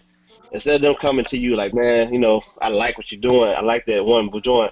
Let's get together and let's get together so we can, you know, make something happen. I want to purchase this beat. They already listen to it like, you know what? I can make this same beat over. All I Uh-huh. need to do is change this and change that. But that's just the business. That's just the business, the nature of the beast. I mean, Right. you know. But as far as tagging, um, I'm gonna start tagging most of my stuff in terms of when I do put stuff on there, especially on YouTube. I want to tag this stuff because my thing is, um, if you want that particular piece of work, why not do like you do when you camping out for Jordans all night? Right. Just buy it. Exactly. Hey, Digger Hertz, are you working on anything at the present time, my brother? I Always. am working on an EP with a cat by the name of C Beyond here locally, Hey. um, and we're kind of putting the finishing touches on this EP we're doing. And after I get him out the way, I'm also working with an R&B artist by the name of Marcus Scott. He's actually the new lead singer for Tower Power. Oh Wow. Um, Nice. damn. yeah, just so a good friend of mine. So we've done work in the past together, but I did some writing and stuff with him on his project that he's working on. So that, and once like I said, once all the smoke clears, I'm going to actually put out a project um, of me singing a little bit. So, Mm. I want to hear but I'm that. Yeah, but yeah, I'm for just real. yeah, but I'm just waiting to get everything that I'm working on the front end out the way first. That way I can pretty much dedicate a little more time to to that Right. particular project. I even went out and bought a mic yesterday, another one. Damn. So Nice. Hey, you want to sell the old one? you probably don't want it, man. It's a AKG. Hey. If you're interested in selling it, let me know, man. I got a little something going. I just got some good news. Well, not really good news. Me and Jersey Sun, me and Rick's working on we're doing a little mixtape called we're gonna call it In Moderation. And Mm, one of the artists I was working with, I don't know if you guys remember, I was telling you guys that he's like a diva and he's hard to work with. Oh yeah, right, I I remember So remember that. I that. I haven't heard from him in a while, and I just texted him out the blue yesterday, and he hit me back and he was apologizing for not being in touch, and he was like, man, I'm ready to work. So I had a little had a little discussion with him, and we got him back on board. So we're gonna start working again next week on it, and it's gonna be coming The- out pretty soon, man. So right. I'm ready to come out with this Brazilian house tape, man. Ha Hey, there we ha. go. hey, Yeah. The mission, man. The mission. I think the mission is to make people understand. Without the man behind the music, man, the person in front of the mic don't exist. You know what I'm hey, saying? word. Yeah. You already You started working know, on that? Sorry, you already started working on that, CX? Yeah, I probably start. I'm gonna start. I got two. Like my man, he want to do some like cafe jazz hip hop stuff Wow, for like Starbucks, right? Because he got a plug to get his stuff sold in Starbucks. word. So I'm gonna do more of that with him and the Brazilian house joint. Wow. I'll probably connect with DJ, try to get a plug to DJ Spinner with that. Word. Hey man. CX producer, aka CX Mendez. That's right. I Hey, y'all keep me posted. Hey, um, this guy here that I was telling you about, man, this dude is mad talented, man. Like, I just hope he just comes in here and just kills it, man, because I think his stuff needs to come out. People need to hear this guy, man. Like, I'm taking a risk, but I think it's worth it, man. And I'll try to, as long as we're men in the process, man. Hopefully things will pan out. We can talk to each other and express our dissatisfaction. He might be dissatisfied on how I'm handling business, and we maybe could talk about it because you know I- this guy here, man. I don't know if you heard him, but he's got that fire, man. He's got that knack. He's witty. You played some of his. You played, I think, Yeah. one of the joints. You played stuff for us. Matter of fact, I think you played it after on the hangout at the dog. I Right. Yeah. think. Yeah. I think. Yep. Yeah. I remember now. I remember that now. Yeah, but I heard it. But like the thing about it is he gonna have to come in with some understanding though. And, Yep. the thing about it is I'm here because I'm only taking this time out with you because I actually believe in what you're doing. I But appreciate that, man. if you can't trust my process and how I'm doing things, this ain't gonna work. Right. It's got to be a partnership. You got to put in. Matter of fact, you got to put in more work than me because I'm showing you how dedicated I am, but you ain't proved Word. yourself yet. Right. You Gotta know what I'm gotta saying? gotta gotta put some respect on your beats, Ha man. ha. Hey, hey, I want to give a shout out to the Jersey Sun too, man. Me and him, we chat a lot on Skype and hang out, man. And No doubt. his B game is definitely coming full circle, man. So I'm real proud of Jersey Sun for I he stepping appreciate that. I'm in, trying brother. to get there. I'm trying to get there. I see you growing, my brother. You know what I mean? Like I had to I hear you, man. I had to put some respect on the shirt on. I had to put it up in the archive. I wore it last night, but I can't wear it no Word. more after that. Oh, you got that? You finally got that T-shirt, huh? You Man, wasn't I lying. You got wasn't bullshitting. yeah, I got it made, man. I wore it last night. I had posted some pictures on Instagram on it, but well, I had it Word. on, but Yeah, I got this. I'm gonna get it dry cleaned. I'm gonna put it in a deep back into my closet somewhere. I got a. I forgot to shout out Soldier too. Guy Lamar on when I hang out right now. It's his No, nephew. no Me and him be doubt. working together too, man. He's got that fire too, man. We got a good relationship. I'll send him a couple beats and he'll send them right back to me. And he's been on it too. But this guy put everything together, man. Like I said, it's 2016, and I just got this drive right now, man. That I'm always procrastinating, and like Netmaker said, I always start something and don't finish it, man. Well, We this all year do. I'm more, it's about the drive, man, and even if the stuff falls on his face, I'm gonna say at the end of the day that I did at least try. You know what I'm saying? That's Exactly. it. That's all. Hey, It's all. that's the reason why y'all even know my name, cause I was that dude that's like, you know what, I don't need to be in no form like this. I'll just put something out whenever. Yeah. Right. But this is me stepping out from behind the shadows. Yeah, Word man. up. That You was got, me, you man. got, That was me. That was Mm. me all day, man. Like literally, man. Like people been telling me for like 10 years. Man, you Man, supposed to be on. You supposed to be on. You supposed to be on. man, it's CX, man. I gotta tell you, bro. When I saw you're behind the beach, man, I was like, finally somebody I can relate to. Right. Hey, You know hey, what I'm saying? CX, how did y'all put beats back? How did y'all get beats out back in the day, man? How did you get it out? Like, what did you the What do you mean? CDs? I mean, like now we got social media, we got websites, we can put it out. Like how back in like maybe the early '90s or mid '90s, how did you get music out? Like, yo, this is me, this is my beat. Was it You more of need a you needed a plug. You needed a plug at one of them labels, man. You know what I'm uh-huh? saying? And like literally, it was in you in the know of who know what. You know what I'm saying? And you Yeah. give them a little jump, and you'd be surprised, man. Like it's crazy. Like even till this day, like my man is he in the Masonic Lodge. He go to the Masonic Lodge, right? Hmm. So he at the Masonic Lodge, and the dude that's in the lodge with him is Eric B. Bro. Wow. Mm. You see what I'm saying? So Yep. like you'd be surprised. You know what I'm saying? Wait a minute. I think I met that dude. Well, I didn't meet him. My little cousin met him. Wow. Uh, I can't think of his name. His last name is Barry, but I'm trying to think what his first name is. My little cousin had called me one day, and the dude was in Mississippi. I was like, "What are you doing in Mississippi?" That's a New York dude. Who was the cat? Eric, Eric B's brother. yes, Oh, bro. okay, okay. This guy's younger. He's younger than Eric B. This one here is younger than Eric B. Yeah, 'cause he was like, I was over my man house because I told you I like to move around when I'm making music sometimes. He always told me, man, you can come to my house anytime. So I go all the way down the country to his house, Damn. and he calls him up on the phone. Yeah, I got my man over here. I want you to meet him. He was like, all right, because he lived down the street from him. Mm. Rakim came down his house and everything. Damn.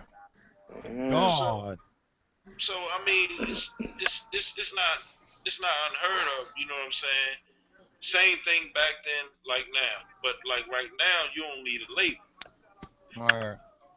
Shit. I Right. mean, some days you don't. I mean, I'm looking at it like, man, I don't want a damn label. I got it. My label is the damn internet. Right. 360 deal my ass. I push my own shit out. I got Hmm. right at my fingertips, man.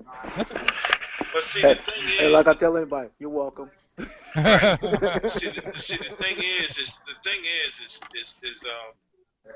networking and hmm. plugging into each other. You know what I'm saying? Like literally, like Gadget exposed me to everybody, so now y'all know who I am. You feel what I'm Or, saying? Now I know who you guys are. You know what I'm right. saying? So Yep. it's something Yep. that has to keep going. You know what I'm saying? Right. Yeah. Because go ahead, go ahead. Go ahead. No, my bad, CX. I'm gonna cut you off, bro. No, go ahead. No, I was saying I knew you before you knew me. I knew you a long time. Like you were a personality on YouTube because I checked you, man.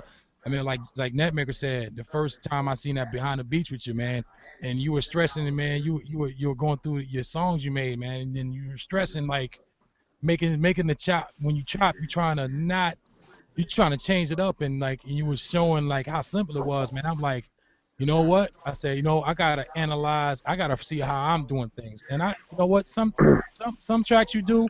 Sometimes some people say you on a loop. Some things are deserving of loops. Some things you loop because it's just that sound. But the way you chop, my brother, is like, man, this like who is this mo? You know what I mean? Who the hell the gadget going up? You know what I mean? So I knew you for a while. Actually, I follow you on SoundCloud, man, and I remember you dropped that beat that you did on Behind the Beats, and I remember I put it on my likes, and I'd be rocking one. I'm like, man, he chopped the shit out that song, man. So I Yeah, was yeah. you were definitely a you were inspiration to me because I'm a sample based dude. I've always when I approach a track, I do a sample first. I'm not a guy that plays the keys. So, like other people they play the instrumentalists, they'll start out with like maybe a piano riff. I started with a sample. And you are the one of that out of everyone that I've checked on YouTube that actually way you broke the sample down was like, man, you chopped it in how many fucking pieces? Like Mm. Jesus, that's nuts, man. I mean, I used to rock an ASR sampler, bro, with two pads broke on it. You know what I mean? Trying to make magic, man. But that's like I say, man. I mean, like I say, you were definitely an inspiration to me before I even know you, man. And like it's an honor to know you, man, and an honor you to be on here, me us chatting it up, brother. You know what I'm saying? You a real humble dude, and good luck to whatever you do, man.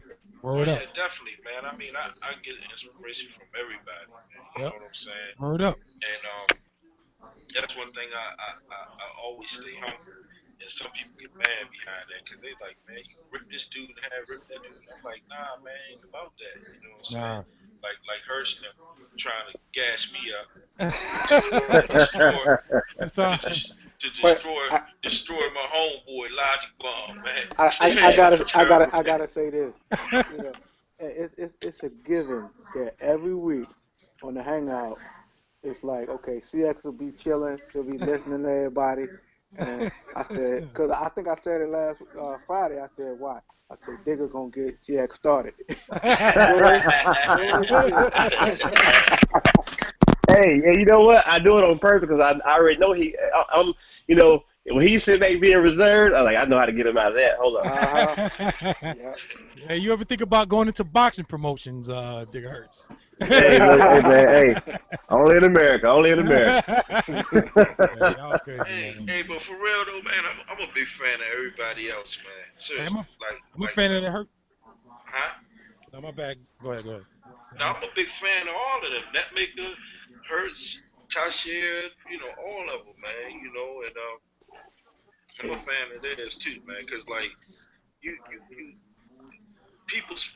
you surround yourself with people that'll make you better. Heck yeah, man. Right. Yep, that's it. Shit, yeah. And Hey, you also get a glimpse of people doing what you do, and like, oh, man, like you said, when I saw the CX behind, I'm doing like, I'm looking like, man, he's doing a lot of the same stuff that I do, hey, you but a he just monster do it too. better. Hey, you hurt, so not take no credit for you. You a monster too, man. You know what I mean? Like Hell I yeah. Man, you know what I mean? Netmaker as well. Like the way y'all put things together, man, is very, very like everybody can't do what y'all do, man. So, sometimes I know y'all want to be humble and shit, man, but man, y'all man, got I appreciate it, man. But you know what? Um, I'm just a dude who just like what he like, that's what's and up. It uh, shows. and I, if I dedicate enough time to it, I want it to be good. If it ain't to my satisfaction, I erase Right. it. And like a lot of Instagram beats I post, those things they got a shelf life of however many seconds it is that's on Instagram, and that's not being cocky. I just learned how to let go of some things. Like there used to be a time where, man, I would keep everything I made, and be like, I gotta keep it because I just want to stockpile. I just want to say I got. But if it ain't to a certain standard, or if it don't sound good to me the next day I hear it, or next time I hear it, I'm like, you know what? Yep. Why am I keeping this? And so when I find a sample, man, it's like even if the sample has been used before by somebody that I admire or respect, Right. I still want to go in that song and find out what they didn't use. I've used Word. Hell yeah. I don't care because of the person. I don't. Dilla could have tried. Man, I ended up finding out about a lot of samples after I found out Dilla used them. So I'm like, Right. well, because it's not because like I heard it and went search what he did and then did a beat. No, I just, you know, it lets me know that my ear is good enough to peep out. I can flip this. If he did it and my ear is good enough to catch it and want to flip it too, that means it must be something there. So, Hey. and not that I would ever compare myself to Dilla or any other producer got clout. But I'll tell you like this right here. If all I had to do every day was make beats, trust Right. me, and That's a good. that's not cocky. Just believing in my ability. If I had that kind of time and energy to put forth into just making music like 100% of my time, Right. oh yeah, I would be I'll be a force to be reckoned with as well. I Very think all, I true. think all, I think all of us will on this. All of us would. You know Yeah, what I'm because saying? I Yeah. get that comparison all the time. That's the crazy Yeah. thing about it. I get that comparison to Dilla all the time. Oh man, like some dudes like, oh man, is Dilla there beside you, man? I'm like, what are you talking about? You know what I'm saying? Like literally, I'm serious, man. They give me that. They give me that, and I'm kind of learning to embrace it. You feel what I'm saying? Because one dude was like, "Is this the second coming of Dilla?" I'm like, man, Right. I didn't even listen to Dilla like that. You feel what I'm I saying? I did, and I'm and when people say that, when people kind of say that about like now, I had a good friend of mine. I met him through his brother. And this dude here is like a multi instrumentalist, and he would always like he said, man, you like the Dilla of Memphis. I'm like, no, I'm not. I said I ain't nowhere close to this dude. Don't ever say that again. He just like yeah, this man. You're like, man, just listen to your stuff, man. Just listen to how you do this and how everything sounds lazy and like it got a natural feel to it. So well, that's just knowing that's just knowing some things. That ain't got nothing to do with one thing ain't got nothing to do with the other. But Hey, as much as a compliment, it's a detriment too because yeah, at the end of the day, I don't want to piggyback off nothing that dude has amassed in his time. I mm, want to find my own lane. that's so So y'all. that's the same. That's the same thing with me, man. Like me and the dude was debating. Well, not really debating. I wasn't debating with him. He was like, "Man, what you OD off Dilla?" I'm like, "What are you talking about?"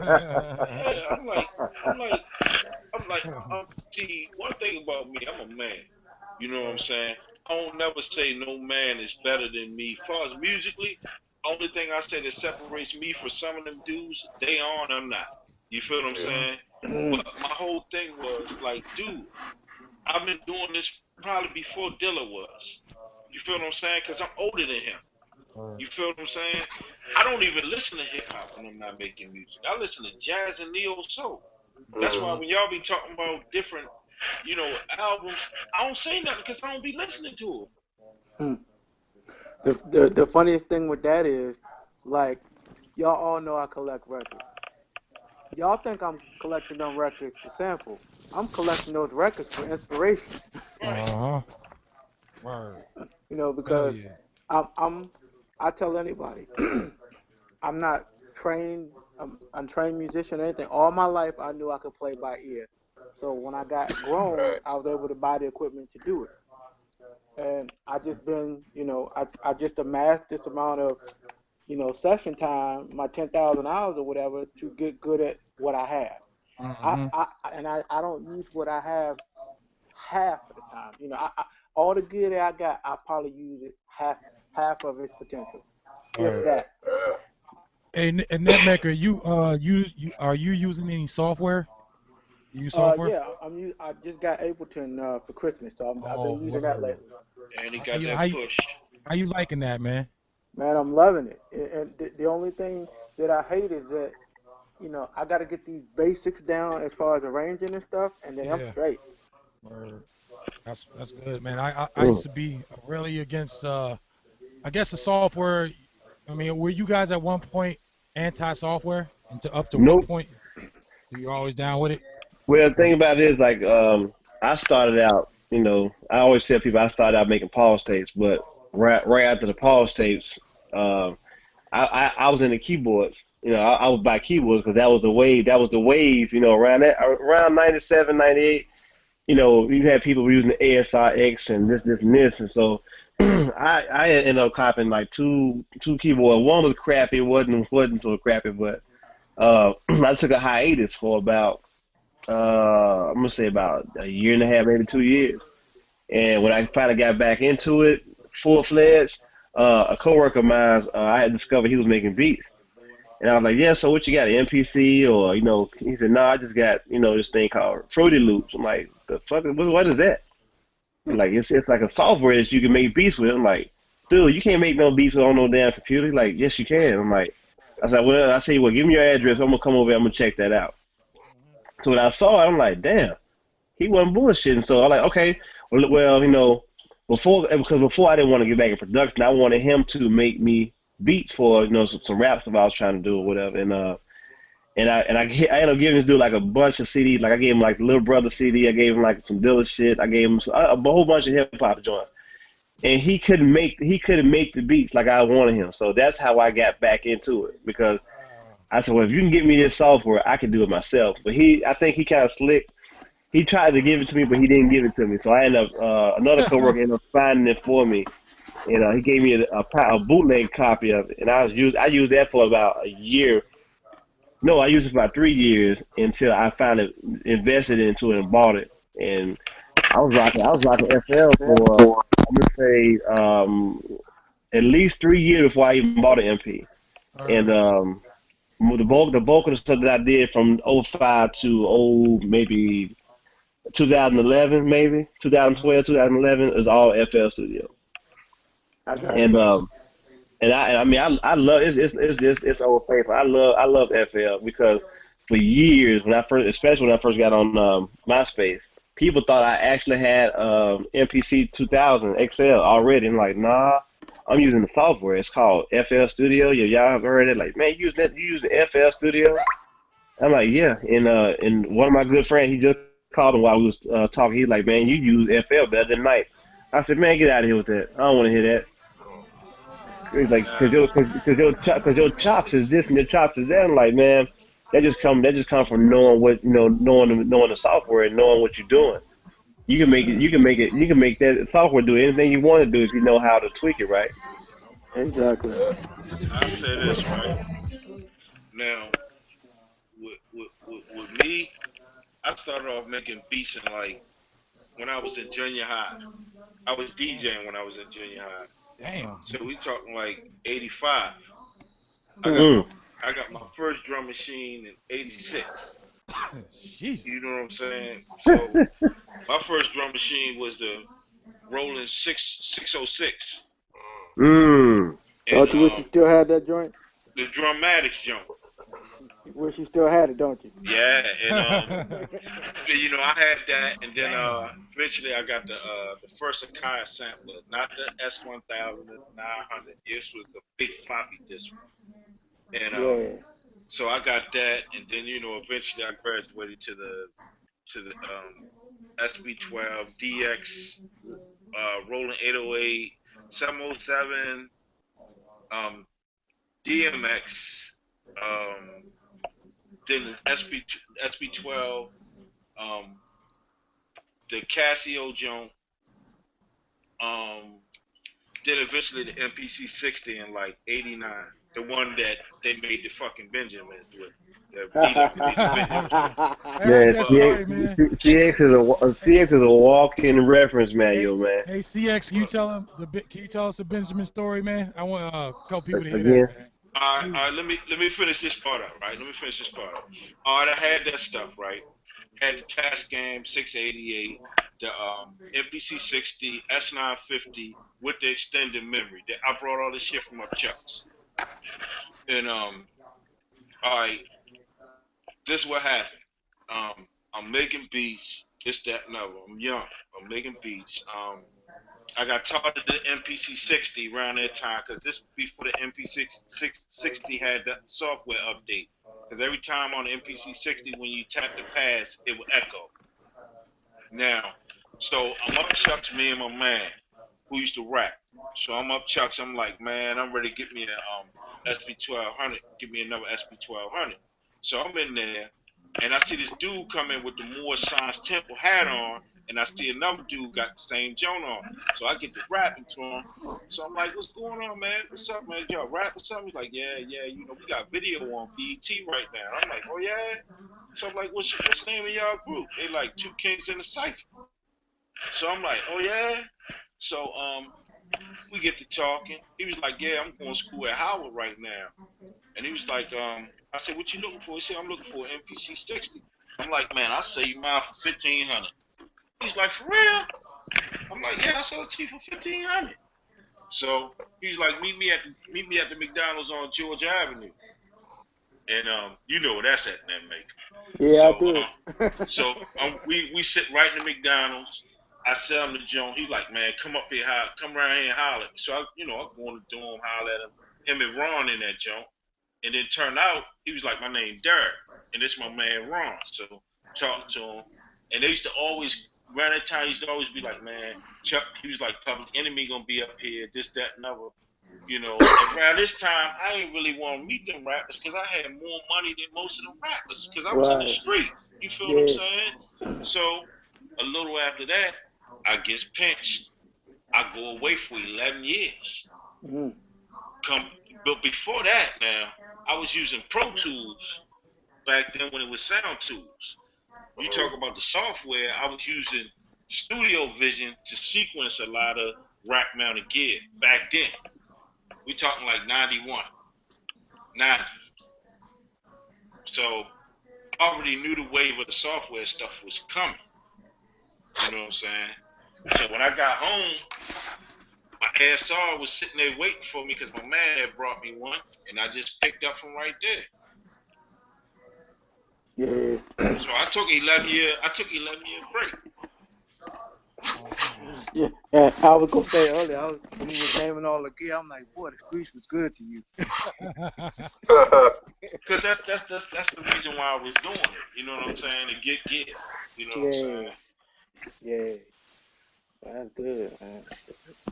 Because I tell anybody, if I had the talent now that I have now back then, the game would be changed. Damn, that's what I'm talking about. The game would I, be changed. Because I mean, honestly, I was always a vocalist. I never rapped. I was always a beatbox, and then that led to singing, and I was always a singer. And my mom was cool with a lot of R&B people, and it was like the money is in the production. The people who making the songs make the money. They're the ones Yeah, that get the residuals. The yeah. artists don't get nothing. mm, So I remember back then, like a close friend of mine who I spoke about on the video with Gadget. He actually wrote the song "Girl You Know It's True" for Millie Vanilli. ooh, yeah, Yeah, that he was was. bugging me out, man. Yeah, yeah, yeah. he the one who actually got me into music. You know what I'm Yeah, saying? And I used to go in his studio when I was a kid, man, and like, dealing with him, he was more a musician yeah, than anything, and he used to always wonder how I was able to make beats.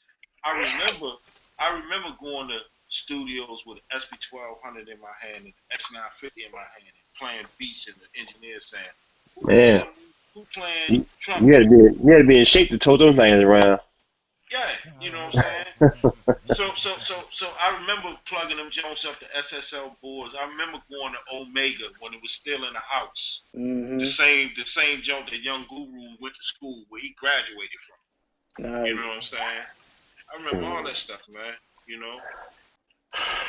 It's funny because in my old vocalist days, I went to a house studio in an apartment in off Pennsylvania Avenue, and Hmm. I'm looking up on the dude charge. I can't remember dude's name, but he charged like $40 an hour. And I'm Damn. looking up on his wall some of the people he worked with, and I'm seeing people like changing faces and stuff Yeah. like that. I'm like, damn, all of them came through this little house studio, but it was just Well, I'm wild. gonna tell you something that's real crazy, net maker.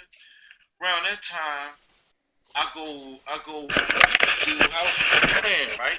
So Yeah, my dude was like, man, I heard a lot about you because my man who worked for Timberland, he used to always like parade me around like this dude is hot, this dude is hot, this dude this dude that. So we over by Kensington Drive, uh huh, not too far from the Calvin Center, yeah, where the yeah, Calvin Center be at. yeah. So we in the townhouse, we in the basement, and he was like, yeah, man, I heard a lot of stuff about you. Bill was talking about you. I want you to hear something. So all of us, me, him, and Bill, all of us had Mac twos with the audio media card. This Got when you. Pro Tools was Sound Tools. Right. So he's like, I want you to hear something. So I'm sitting there listening to it. He was like, what you think? And I'm like, that joint tight, but I could tell what sample you use. He was like, well, what's the name of the sample? I said, Michael Jackson, Human Nature. And he was like, yeah. He's like, yeah, I ain't really do nothing to it. And guess what the song ended up being?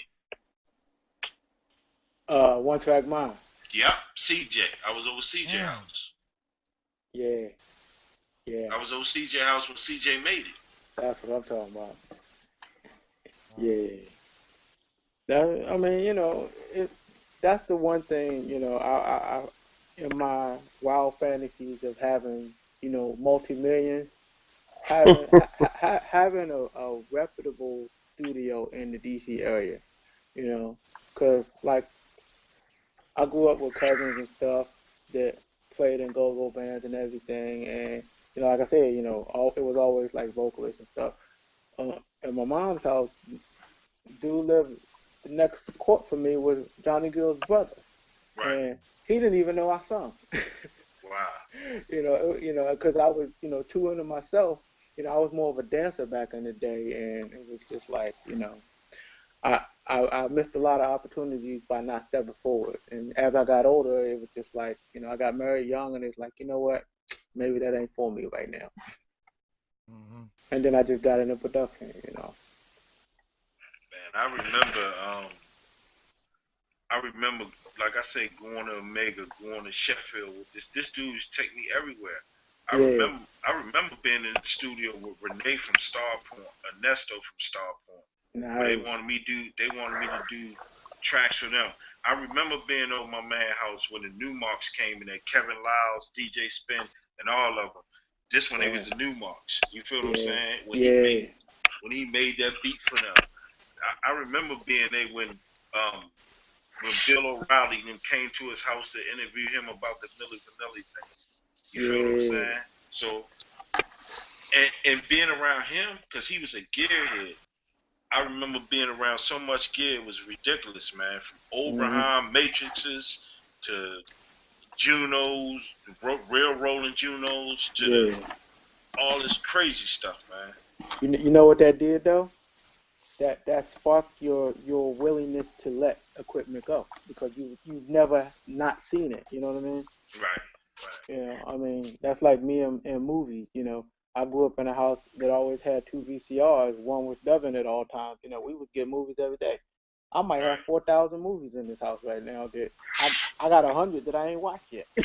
right. Damn.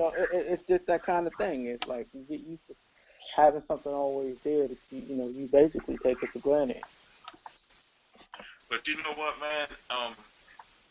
I ran through a lot of equipment. I ran through a lot of equipment, and it's like I be watching my man Reggie Reg videos a lot, Yes, Mm. yes, and that's my dude. yeah, I be watching his videos, and I be seeing like every time you turn around, this dude is popping up with some finished gear, man. Mm. Like people think the 808 is the greatest drum machine. I used to have the 808, Mhm, and I used to have the 808 MIDI up to the SB12, so I wouldn't mhm. have to use no sample time, and I would always use them drums. Right. 808 was one of the most uneven drum machine there was. That Yep. kick would drive you crazy. Yep. And now them things selling for 5 grand. Damn. Yeah, I never liked the way you had to program them. What was That it? What was it called? The 808. 808, the TR 808. Oh, okay. The music, the, Right, the right, right. instrument that changed everything. Yeah, they Yeah. got the new one. They got the new versions in the green joint, the green Yeah, stuff. Yeah. Yeah, I seen yeah. the dude on I think it was Mass Appeal River Roulette rock out with one of those, and he had a drum pad and drumsticks. Man, he did a crazy beat with it. Like, damn. I'm trying to think who that was. I think I saw that. See, the greatest thing that happened to music creators was MIDI. Yep. Hmm. Yeah, Yep. you know, because I kid you not, I have very few sounds on my MV, very few, Hmm. because I got it MIDI'd up with so much stuff that I don't need to save sounds No, you just triggering everything. I used to do that with my MV too. Like I on. used to have that VP 9000, Yeah. Uh huh. and and um and I got one of them, right? I know, I know. Hey, that's the thing that I use the least. Wow. Shit, man, that joint is a beast. I had my wife sing something one time, and I started playing harmonies out of what she sung. Damn. I can't explain why it's the least thing that I use, but it is. Uh, Yeah. And the And crazy thing, the reason I bought it is because it the way that it was introduced to me, it does what I do in my head. You know, right? I'll never be the sampler that I am in my head. You know, and that's the frustrating part. I built a studio around sampling because I try to get out stuff out of my head, but I haven't figured out how to do it yet. But you know what? You know all those Janet Jackson albums where she Yeah. got all those harmonies and Yep. everything. Yep. That's what they used. Exactly. I learned about it through Jazzy Jeff and Yeah, DJ Shadow. yeah, that's what they used. uh, You know, a lot of people. It's a brother I know on Instagram. What's his name? Damn, I can't remember his name now. That's a shame. Too. He uses the MV, and he say all his stuff he runs through the VP9000. I thought I was good on the MV. This brother is awesome. Yeah, I used to have that jump doing some crazy stuff, man. His I'm name is telling you, Kenny Keys. That's his name. I'm telling you, Kenny Keys. Nutmeg. Yeah. I was doing so much crazy stuff on the MV. I was carrying that jump with me. We was recording vocals. We was doing everything in that jump. And hmm I was like, cause I could chop on the MV like I chop on the MPC. Right. You know what I'm saying? It had the non-destructive chop too. And I was doing so much stuff on it, like literally. I never forget. I was in a walk-in closet. I had my studio in a walk-in closet, and I would be trapped in that jump, just going nuts on the MV. hmm I remember I did a me and Mrs. Jones jump. Man, if I ever find this beat, you ain't even gonna believe it. It was that sound. Uh, Yeah.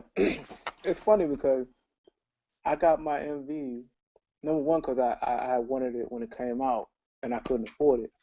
But I also got it because it was everybody said it was so hard and it was the path less traveled. I wanted to be different.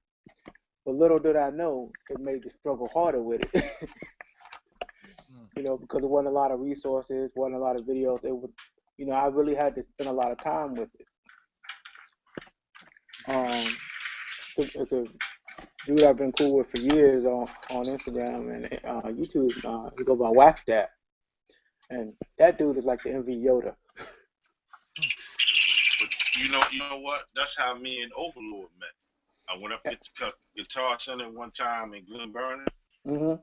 and he was like, "Oh, you got an MV?" I said, "Yeah, I got an MV." He was like, "Let me hear your beats," and I let him. I plugged my iPod up in Guitar Center. He Mm-hmm. was like, "Man, you make me don't even want to play mine, man." OV like that too. That's a cool dude too. Yeah, that's my dude, man. so what's going on with you and Logic Bomber? Y'all gonna get together and have a little showcase or?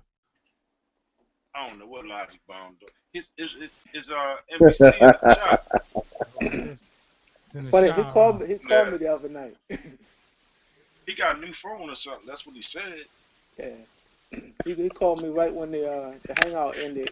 He said he was gonna try to get into the after party. We saw him for a minute Oh, up okay. in there. We saw him for a minute. I said he was like, man, his everything's on the fritz. Like, man, I know how that feels. Cause I had at one point my 2,000 was down, my 4,000 was down, and 3,000 was down too. I'm like, damn, man. Yeah, Jesus. yeah. I need to get some LCD screens for a couple of my emu racks before they end up going out on me. He got emu racks too. Man, I Man, got you some. must say, hold up, you must say, hey, man, look, go on Instagram, and he posted today, man. This man got so much stuff. I like, man, you know how they say Malcolm X when he was at the hospital on Malcolm X when he pointed his finger in the sky and pointed in a certain direction. How they said one man shouldn't have all that power. Right. That's that's net maker. One man shouldn't have all that gear. Damn. Racks upon racks and racks, huh? You funny, Racks man. on racks on racks. All you gotta do, look, hey, go to Instagram, look at it, look at his last couple of Instagram posts where he got the camera doing a rotation spill. You'll see all of it. Yeah, it's funny because I believe it or not, I started with one, and when I start seeing all the sounds in it, because I forget what I was gonna buy, but I was gonna buy something. It might have been a motif rack, and I started doing comparisons, and I heard all the sounds that it had, and how many people had used Evil racks and stuff like that. So over time, I just said, you know what, I'm gonna get all of them. I said, I'm gonna take the whole, Proteus rack set, and I'm gonna get all the cards, all the racks. And it took me about 3 years, but I finally got it all. Damn. Mm. I mean, I know that's well. You gotta track everything when you done making a beat. Yeah, That, and that's the thing that adds for a lot of throwaway tracks. man, Yeah, a Hey, lot of throwaway tracks. anybody got any music? Anything you can play real quick? I know it wasn't the format of the show. I just was interested in hear some music. I'm on my phone. I I ain't am on even, my phone too. I ain't even plugged in, man. I ain't Come Of even, on, man. all the time, I'm not plugged in. Come on, man. yeah, Yeah, I ain't even in the lab. oh, shit. Let me go pull something up. Let me check this phone. Yeah. Yeah, Oh, you know what? I'm gonna start doing. I'm gonna start doing the other hangouts on my phone as well. I like using my phone, but I like using my computer. my phone That be way, I can just play my beats, while I'm on the phone. Uh yeah. huh. I use my iPad, man. Every time I go on my iPad, it skips, man. I can't. I have to basically go into the main, double click the button, and I can't be on camera. It won't. I don't know what's going on. Yeah, I had to get off my iPad early. Yeah, Yeah.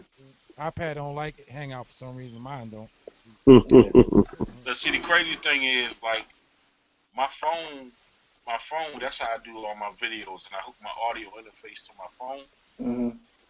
But I can't use the interface with Google Hangouts on my phone. Right. Right. Because if I Yeah. could, then you could hear the beats. You know what I'm saying? Mhm. I got one real quick. Call this one running through mirrors. Here we go. Running through Damn, mirrors. Good title. it calls for a lot of bloodshed. Yeah, it did.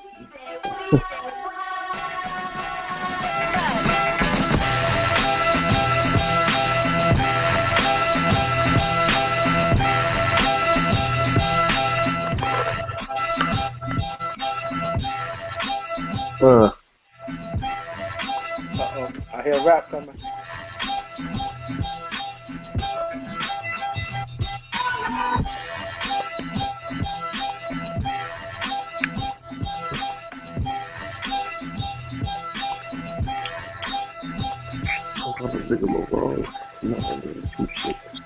One, two, one, two. Okay, we go.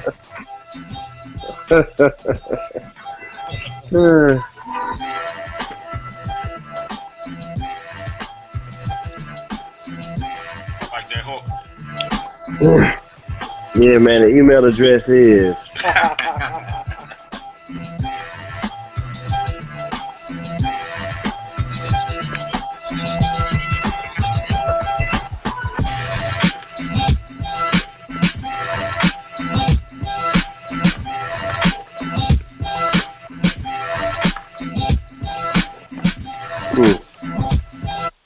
Let That's me my ask you shit. something, Wi-Fi. Let Come me on ask you now. something.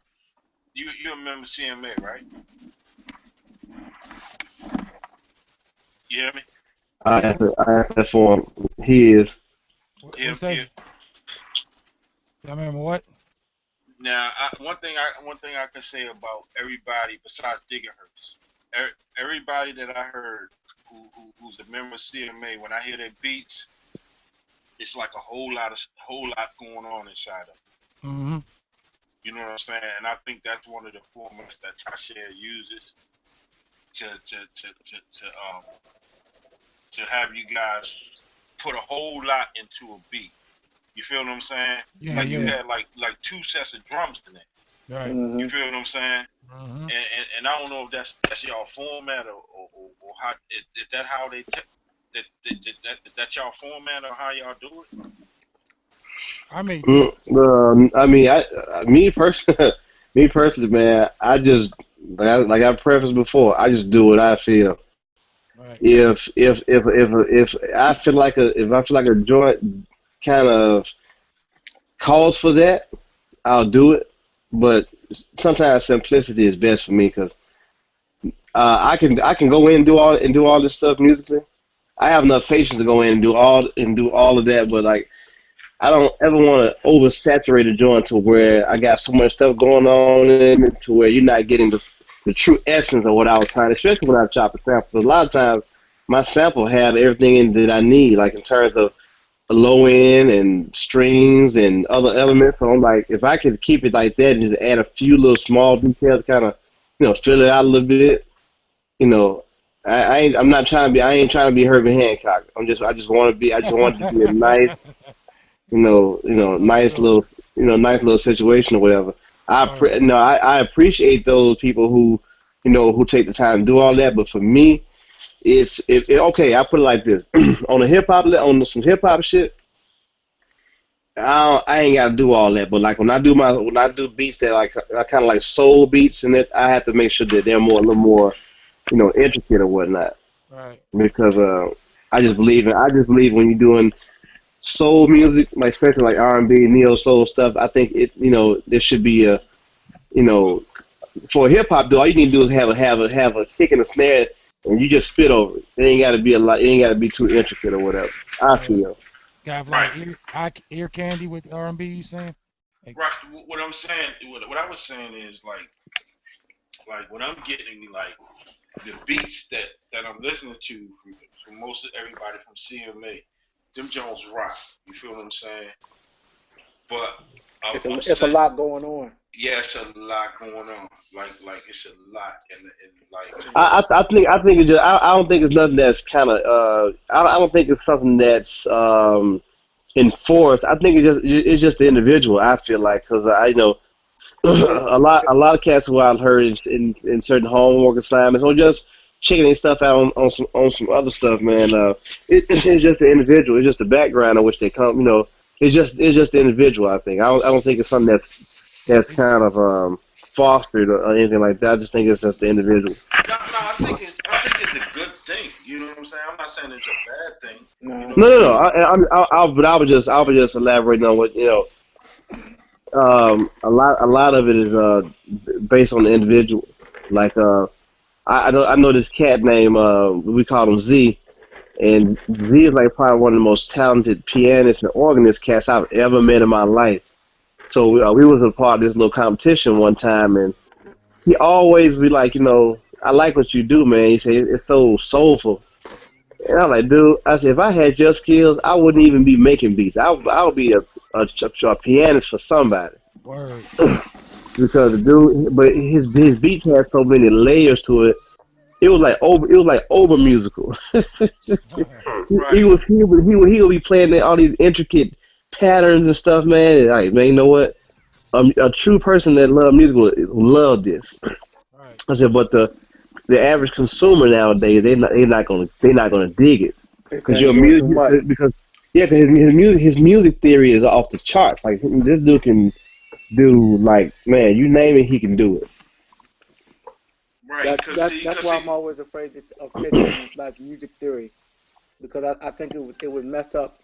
I liken the way I hear music to like digital circuits, and they going in all different directions, and I can break down sounds in my head. I got a feeling if I were to add some too much structure to it, I would lose that. Right. Cause see, I'm looking at it like whereas though like when I hear Mr. Wallace beats, I hear his beats. I heard RT, I heard RTO beats, Hmm. and I'm listening to it, and it's like four beats, couple beats in one. You know what I'm saying? And sometimes I'm like, well, damn, man, you done made like three beats in one. You can You layer know and what I'm take the layers saying? off. But No, seriously, like you made three beats in one, and sometimes some beats are not meant to be spit off. You feel what right, I'm saying? Like right. that beat you just played right there, that's a beat right there. That's like a hype beat, something to get you pumped up type of Yeah. beat. You feel what I'm Hmm. saying? I think you should you depending on what the assignment is next go around, you should submit that. Hmm. Well, I will say this. One thing that I've noticed, even before I joined CMA, when I was just following it, you know, Tashir is really big on change up, I know. you know, Yeah. and it basically has influenced the way people create. You know, I mean, it's not a bad thing because And that's a good, and that actually is a good thing yeah, It because is. it kind of breaks you out of the norm. It breaks the monotony up a little bit. You know what I'm saying? Because exactly, It you exactly. know does. I Because mean, he wants it when you don't have a chance to get bored with the track. right. exactly. And also, if to me, it's like I knew Tasha was doing it like that. Even if that's not your style, it puts a new skill set into your production. You Yes, feel what I'm saying? yes. And for real, that's how hip hop used to be. Even though we was using samples, Mhm. you know what I'm saying? It was like we sometimes it would be straight, but we would also do change ups in there. You feel what I'm saying? Right. And the change ups could be using a different part of the sample for the hook. You know what I'm saying? Hey, hey, CX man. I heard that last one you put on YouTube. That the NPC joint, man. Them goddamn on drums, bro. I, Which Lord one? have mercy, Jesus. I'm gonna play. I'm gonna play it real quick to refresh your memory. Hold on one Do that. minute. For real.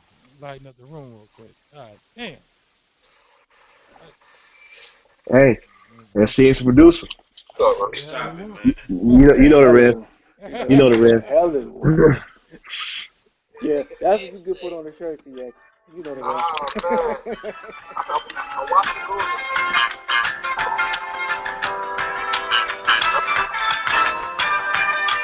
Just a little song.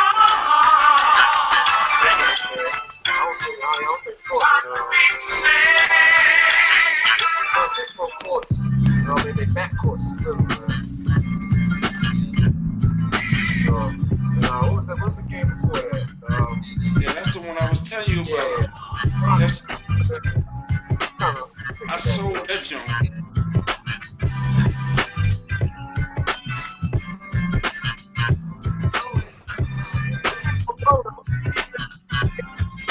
My weight is like a bird. Hold on, I'm about to pause with this. I might hop on a bad mission. Listen, as I read the scripts, the teleprompters across the room. Oh, I feel like I'm on some shrooms.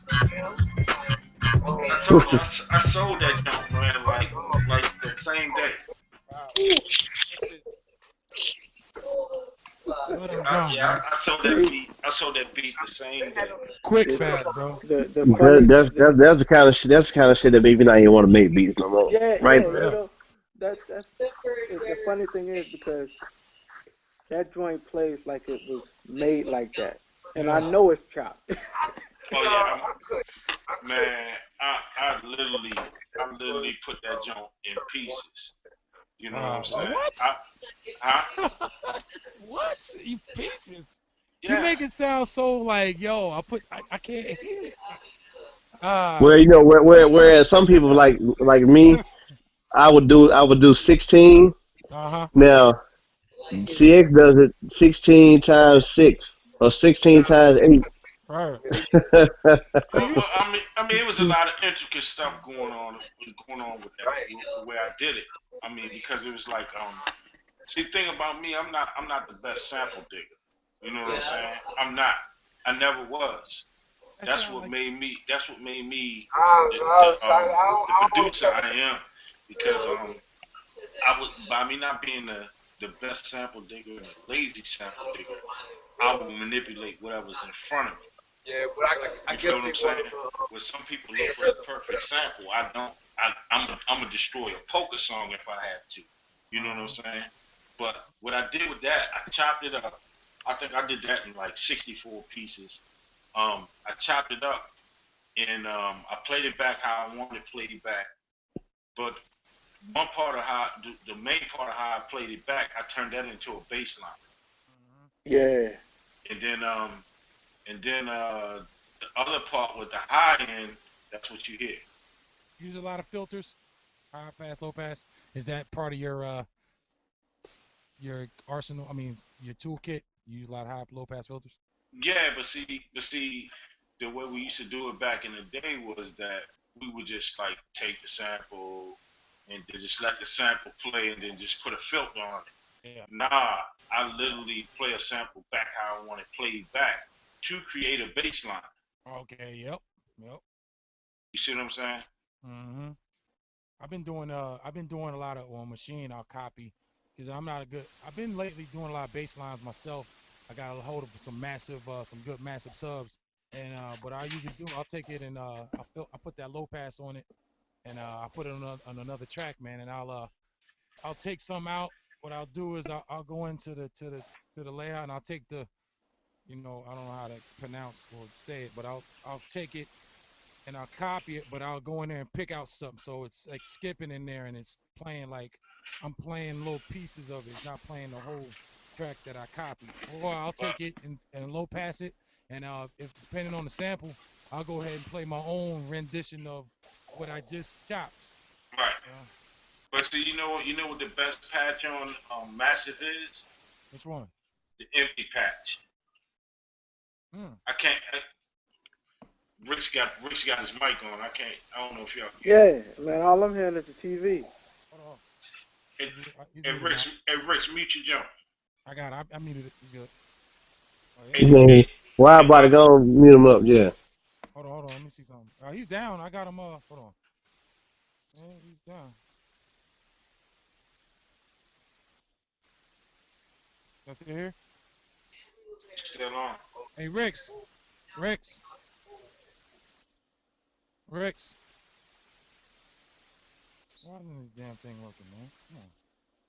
Hold on, give me 1 second here. Cameraman, no, it's gonna work. Showroom. Let's see here. Man, I'm all over the place. Try to mute him, but Hey Rick's.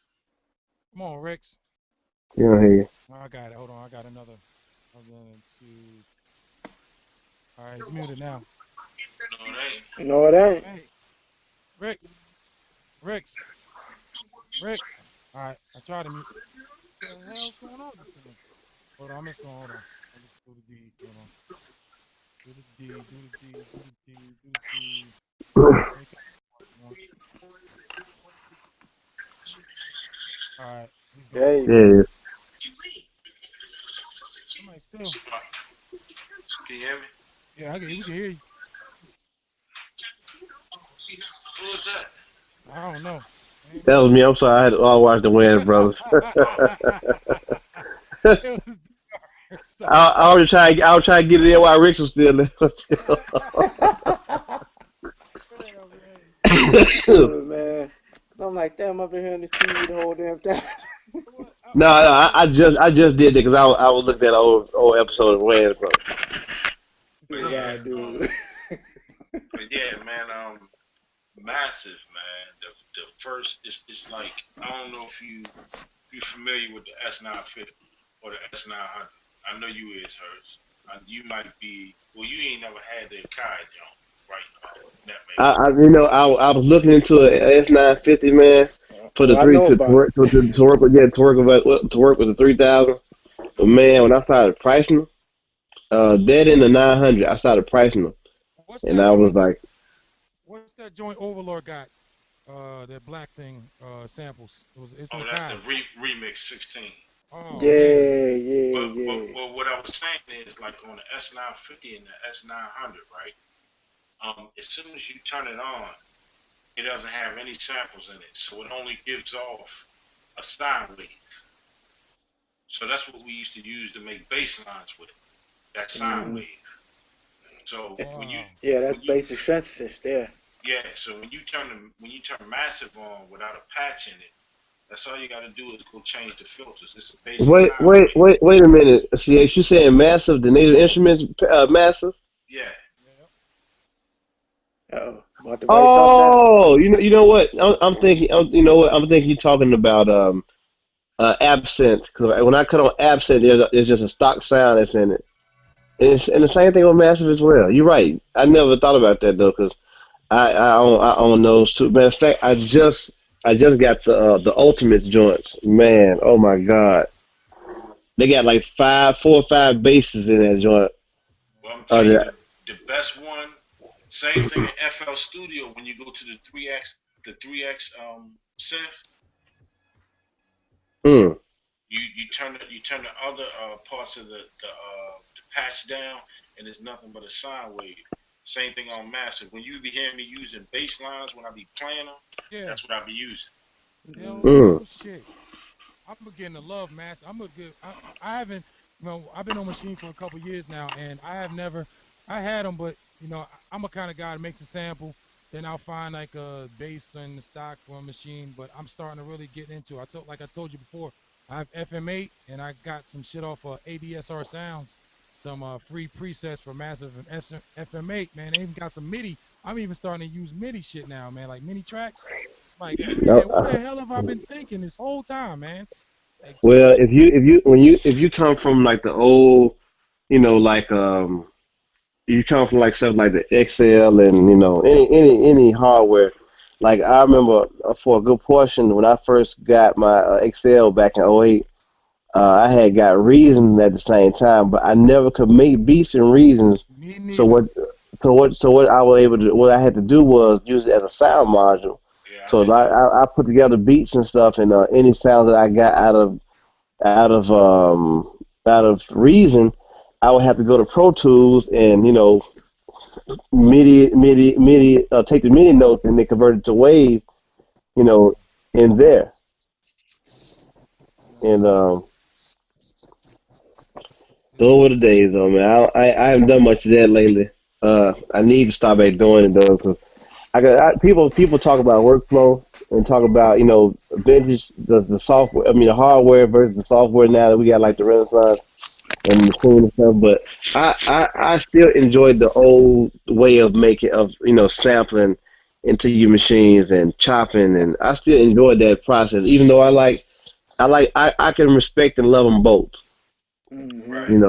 I ain't so far gone that I can't do it the old way, and I ain't so new school that I can't do it the old way, and vice versa.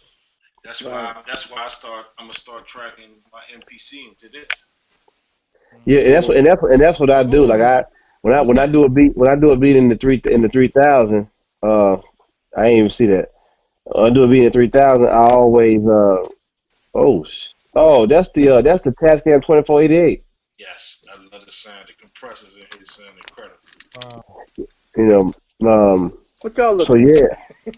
uh, and I'm looking at this 2488 that he got, man. 'Cause I almost bought the Neo.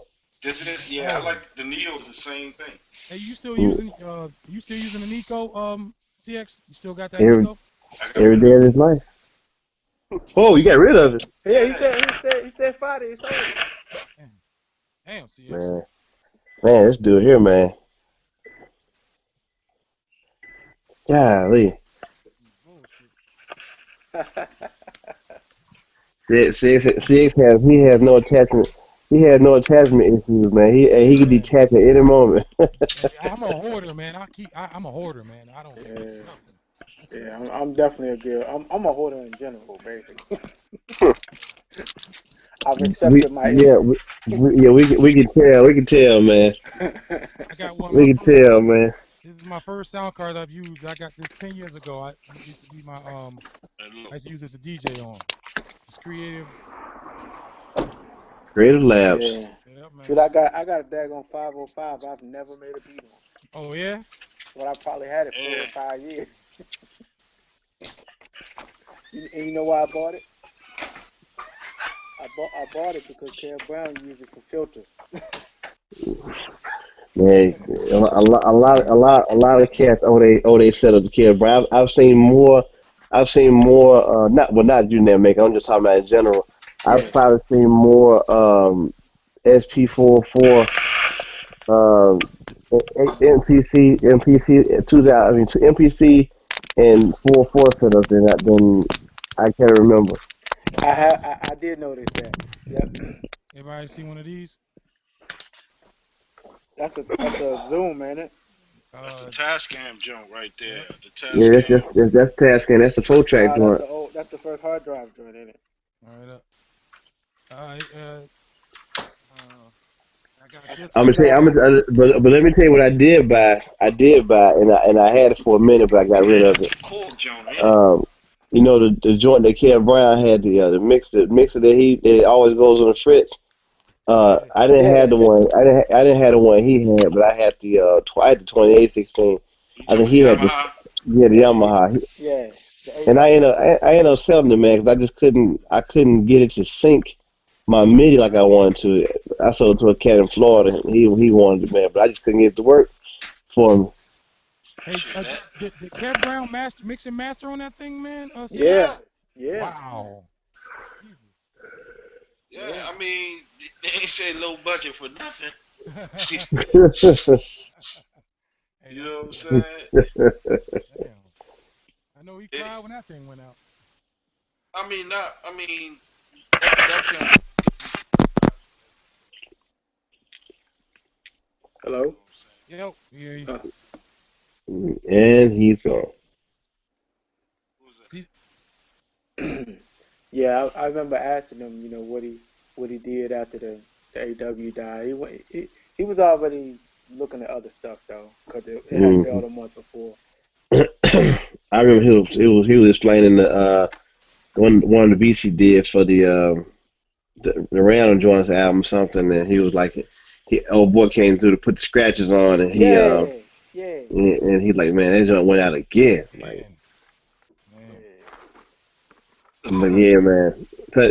But I'm actually trying to streamline my whole little setup, man. 'Cause I got on one of my desk, I got my Digio 3 board and my 3000 on it, and on right behind it, I got like the 4000. My turntable is going into a mixer. That mixer is going inside the Digio 3. That's a lot Wow. of gain stages, man. mm-hmm. This you says a lot of what now? Gain stages. Yeah, I know. You know, Knots did a rhythm roulette. Anybody see that? Yeah, we was talking about that. What? Friday. Yeah. No, last Friday. Last Friday. Previous Friday. Yeah, yeah. What's your favorite one? I mean, out of all of them, who you think came off? Big Black Crit. Black Yeah. Milk. I like Milks, but I like what Crit was able to do with his. I put like this. My top three is going to be ninth, Crit, ninth, and Milk, Black Milk. And I'm gonna Crisis came put off Black. too. Yeah, but Crisis. Yeah. But if I had to pick three of them, it's gonna be uh, it's gonna be them three, and the ones they did with Just Blaze and Georgia and Muldrow, which is she Yeah, is see, so. Oh man. yeah, see, I ain't even count JB's, man. I ain't want to count because when we was talking about that time, I said it was like, who you think wanted it? I said Just Blaze and Black Milk, but then they Yeah. was like, well, no, that was a Sprite one, so You that's know, why I it ain't don't, say but it, Just but Blaze. it don't matter. It don't matter though, because the one that George and Muldrow did, I was like, Yeah. The she first one made, she did, the Oh my yeah, first beat, God. that first beat she did was I like the first one. Hmm. man, that's something so, man, like so so underrated, man. I think as a music, as a vocalist, and as a producer. Yeah, yeah, Indeed. she is. See, Hey, my top joint. My first one is still J Zone. My second one is probably gonna be Ninth. Third one I put Big Crit in there because he did kill that joint.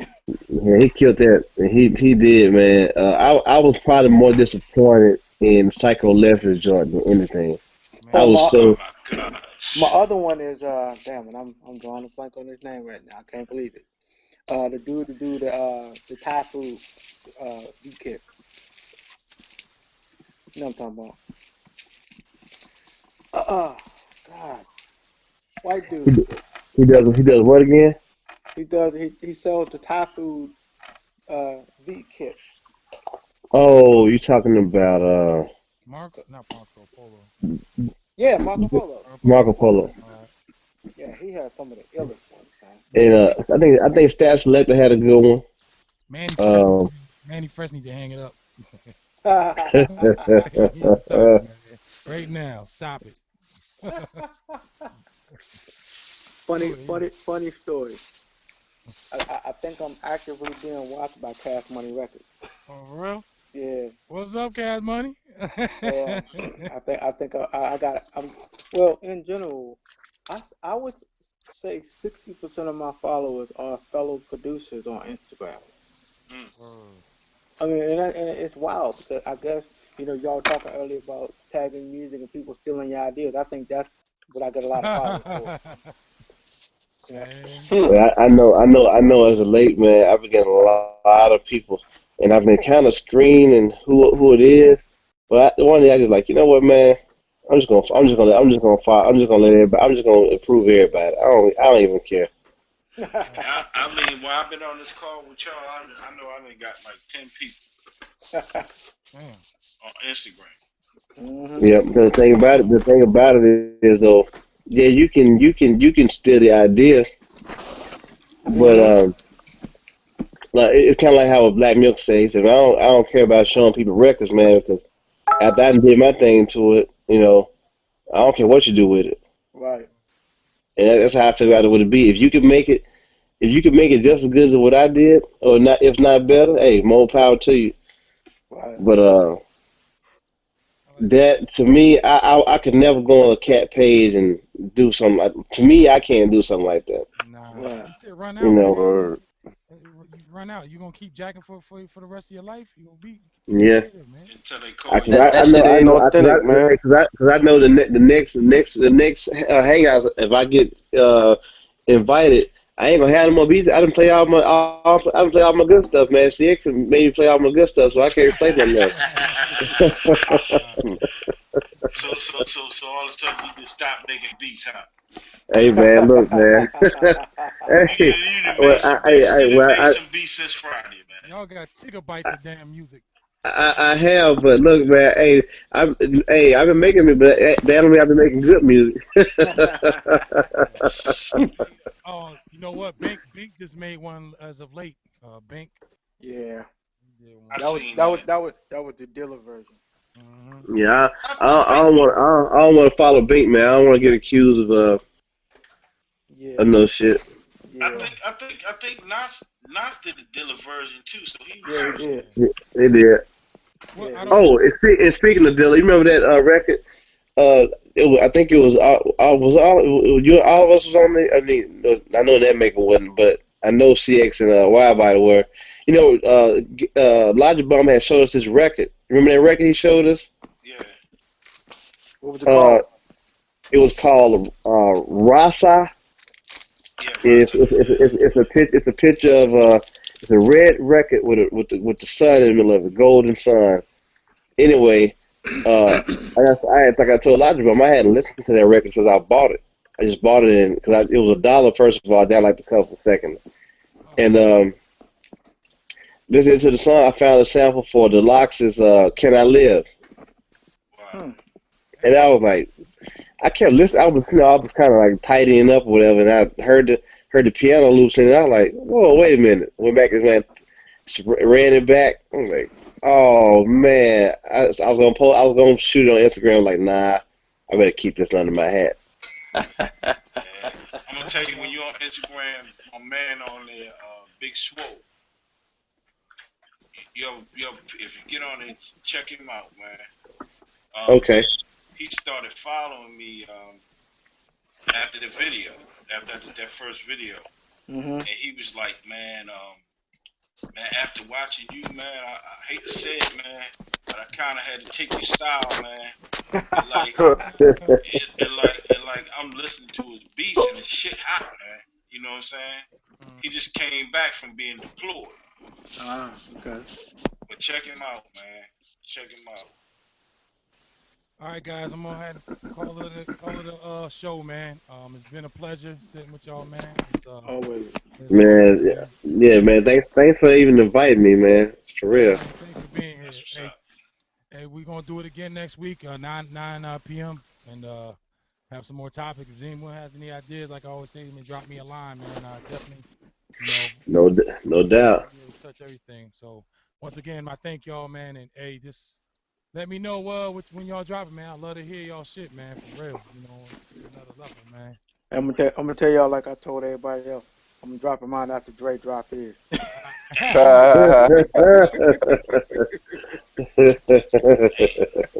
right, y'all. Peace, All love. right, man. Peace, y'all. Peace, man. Peace. Peace. Peace.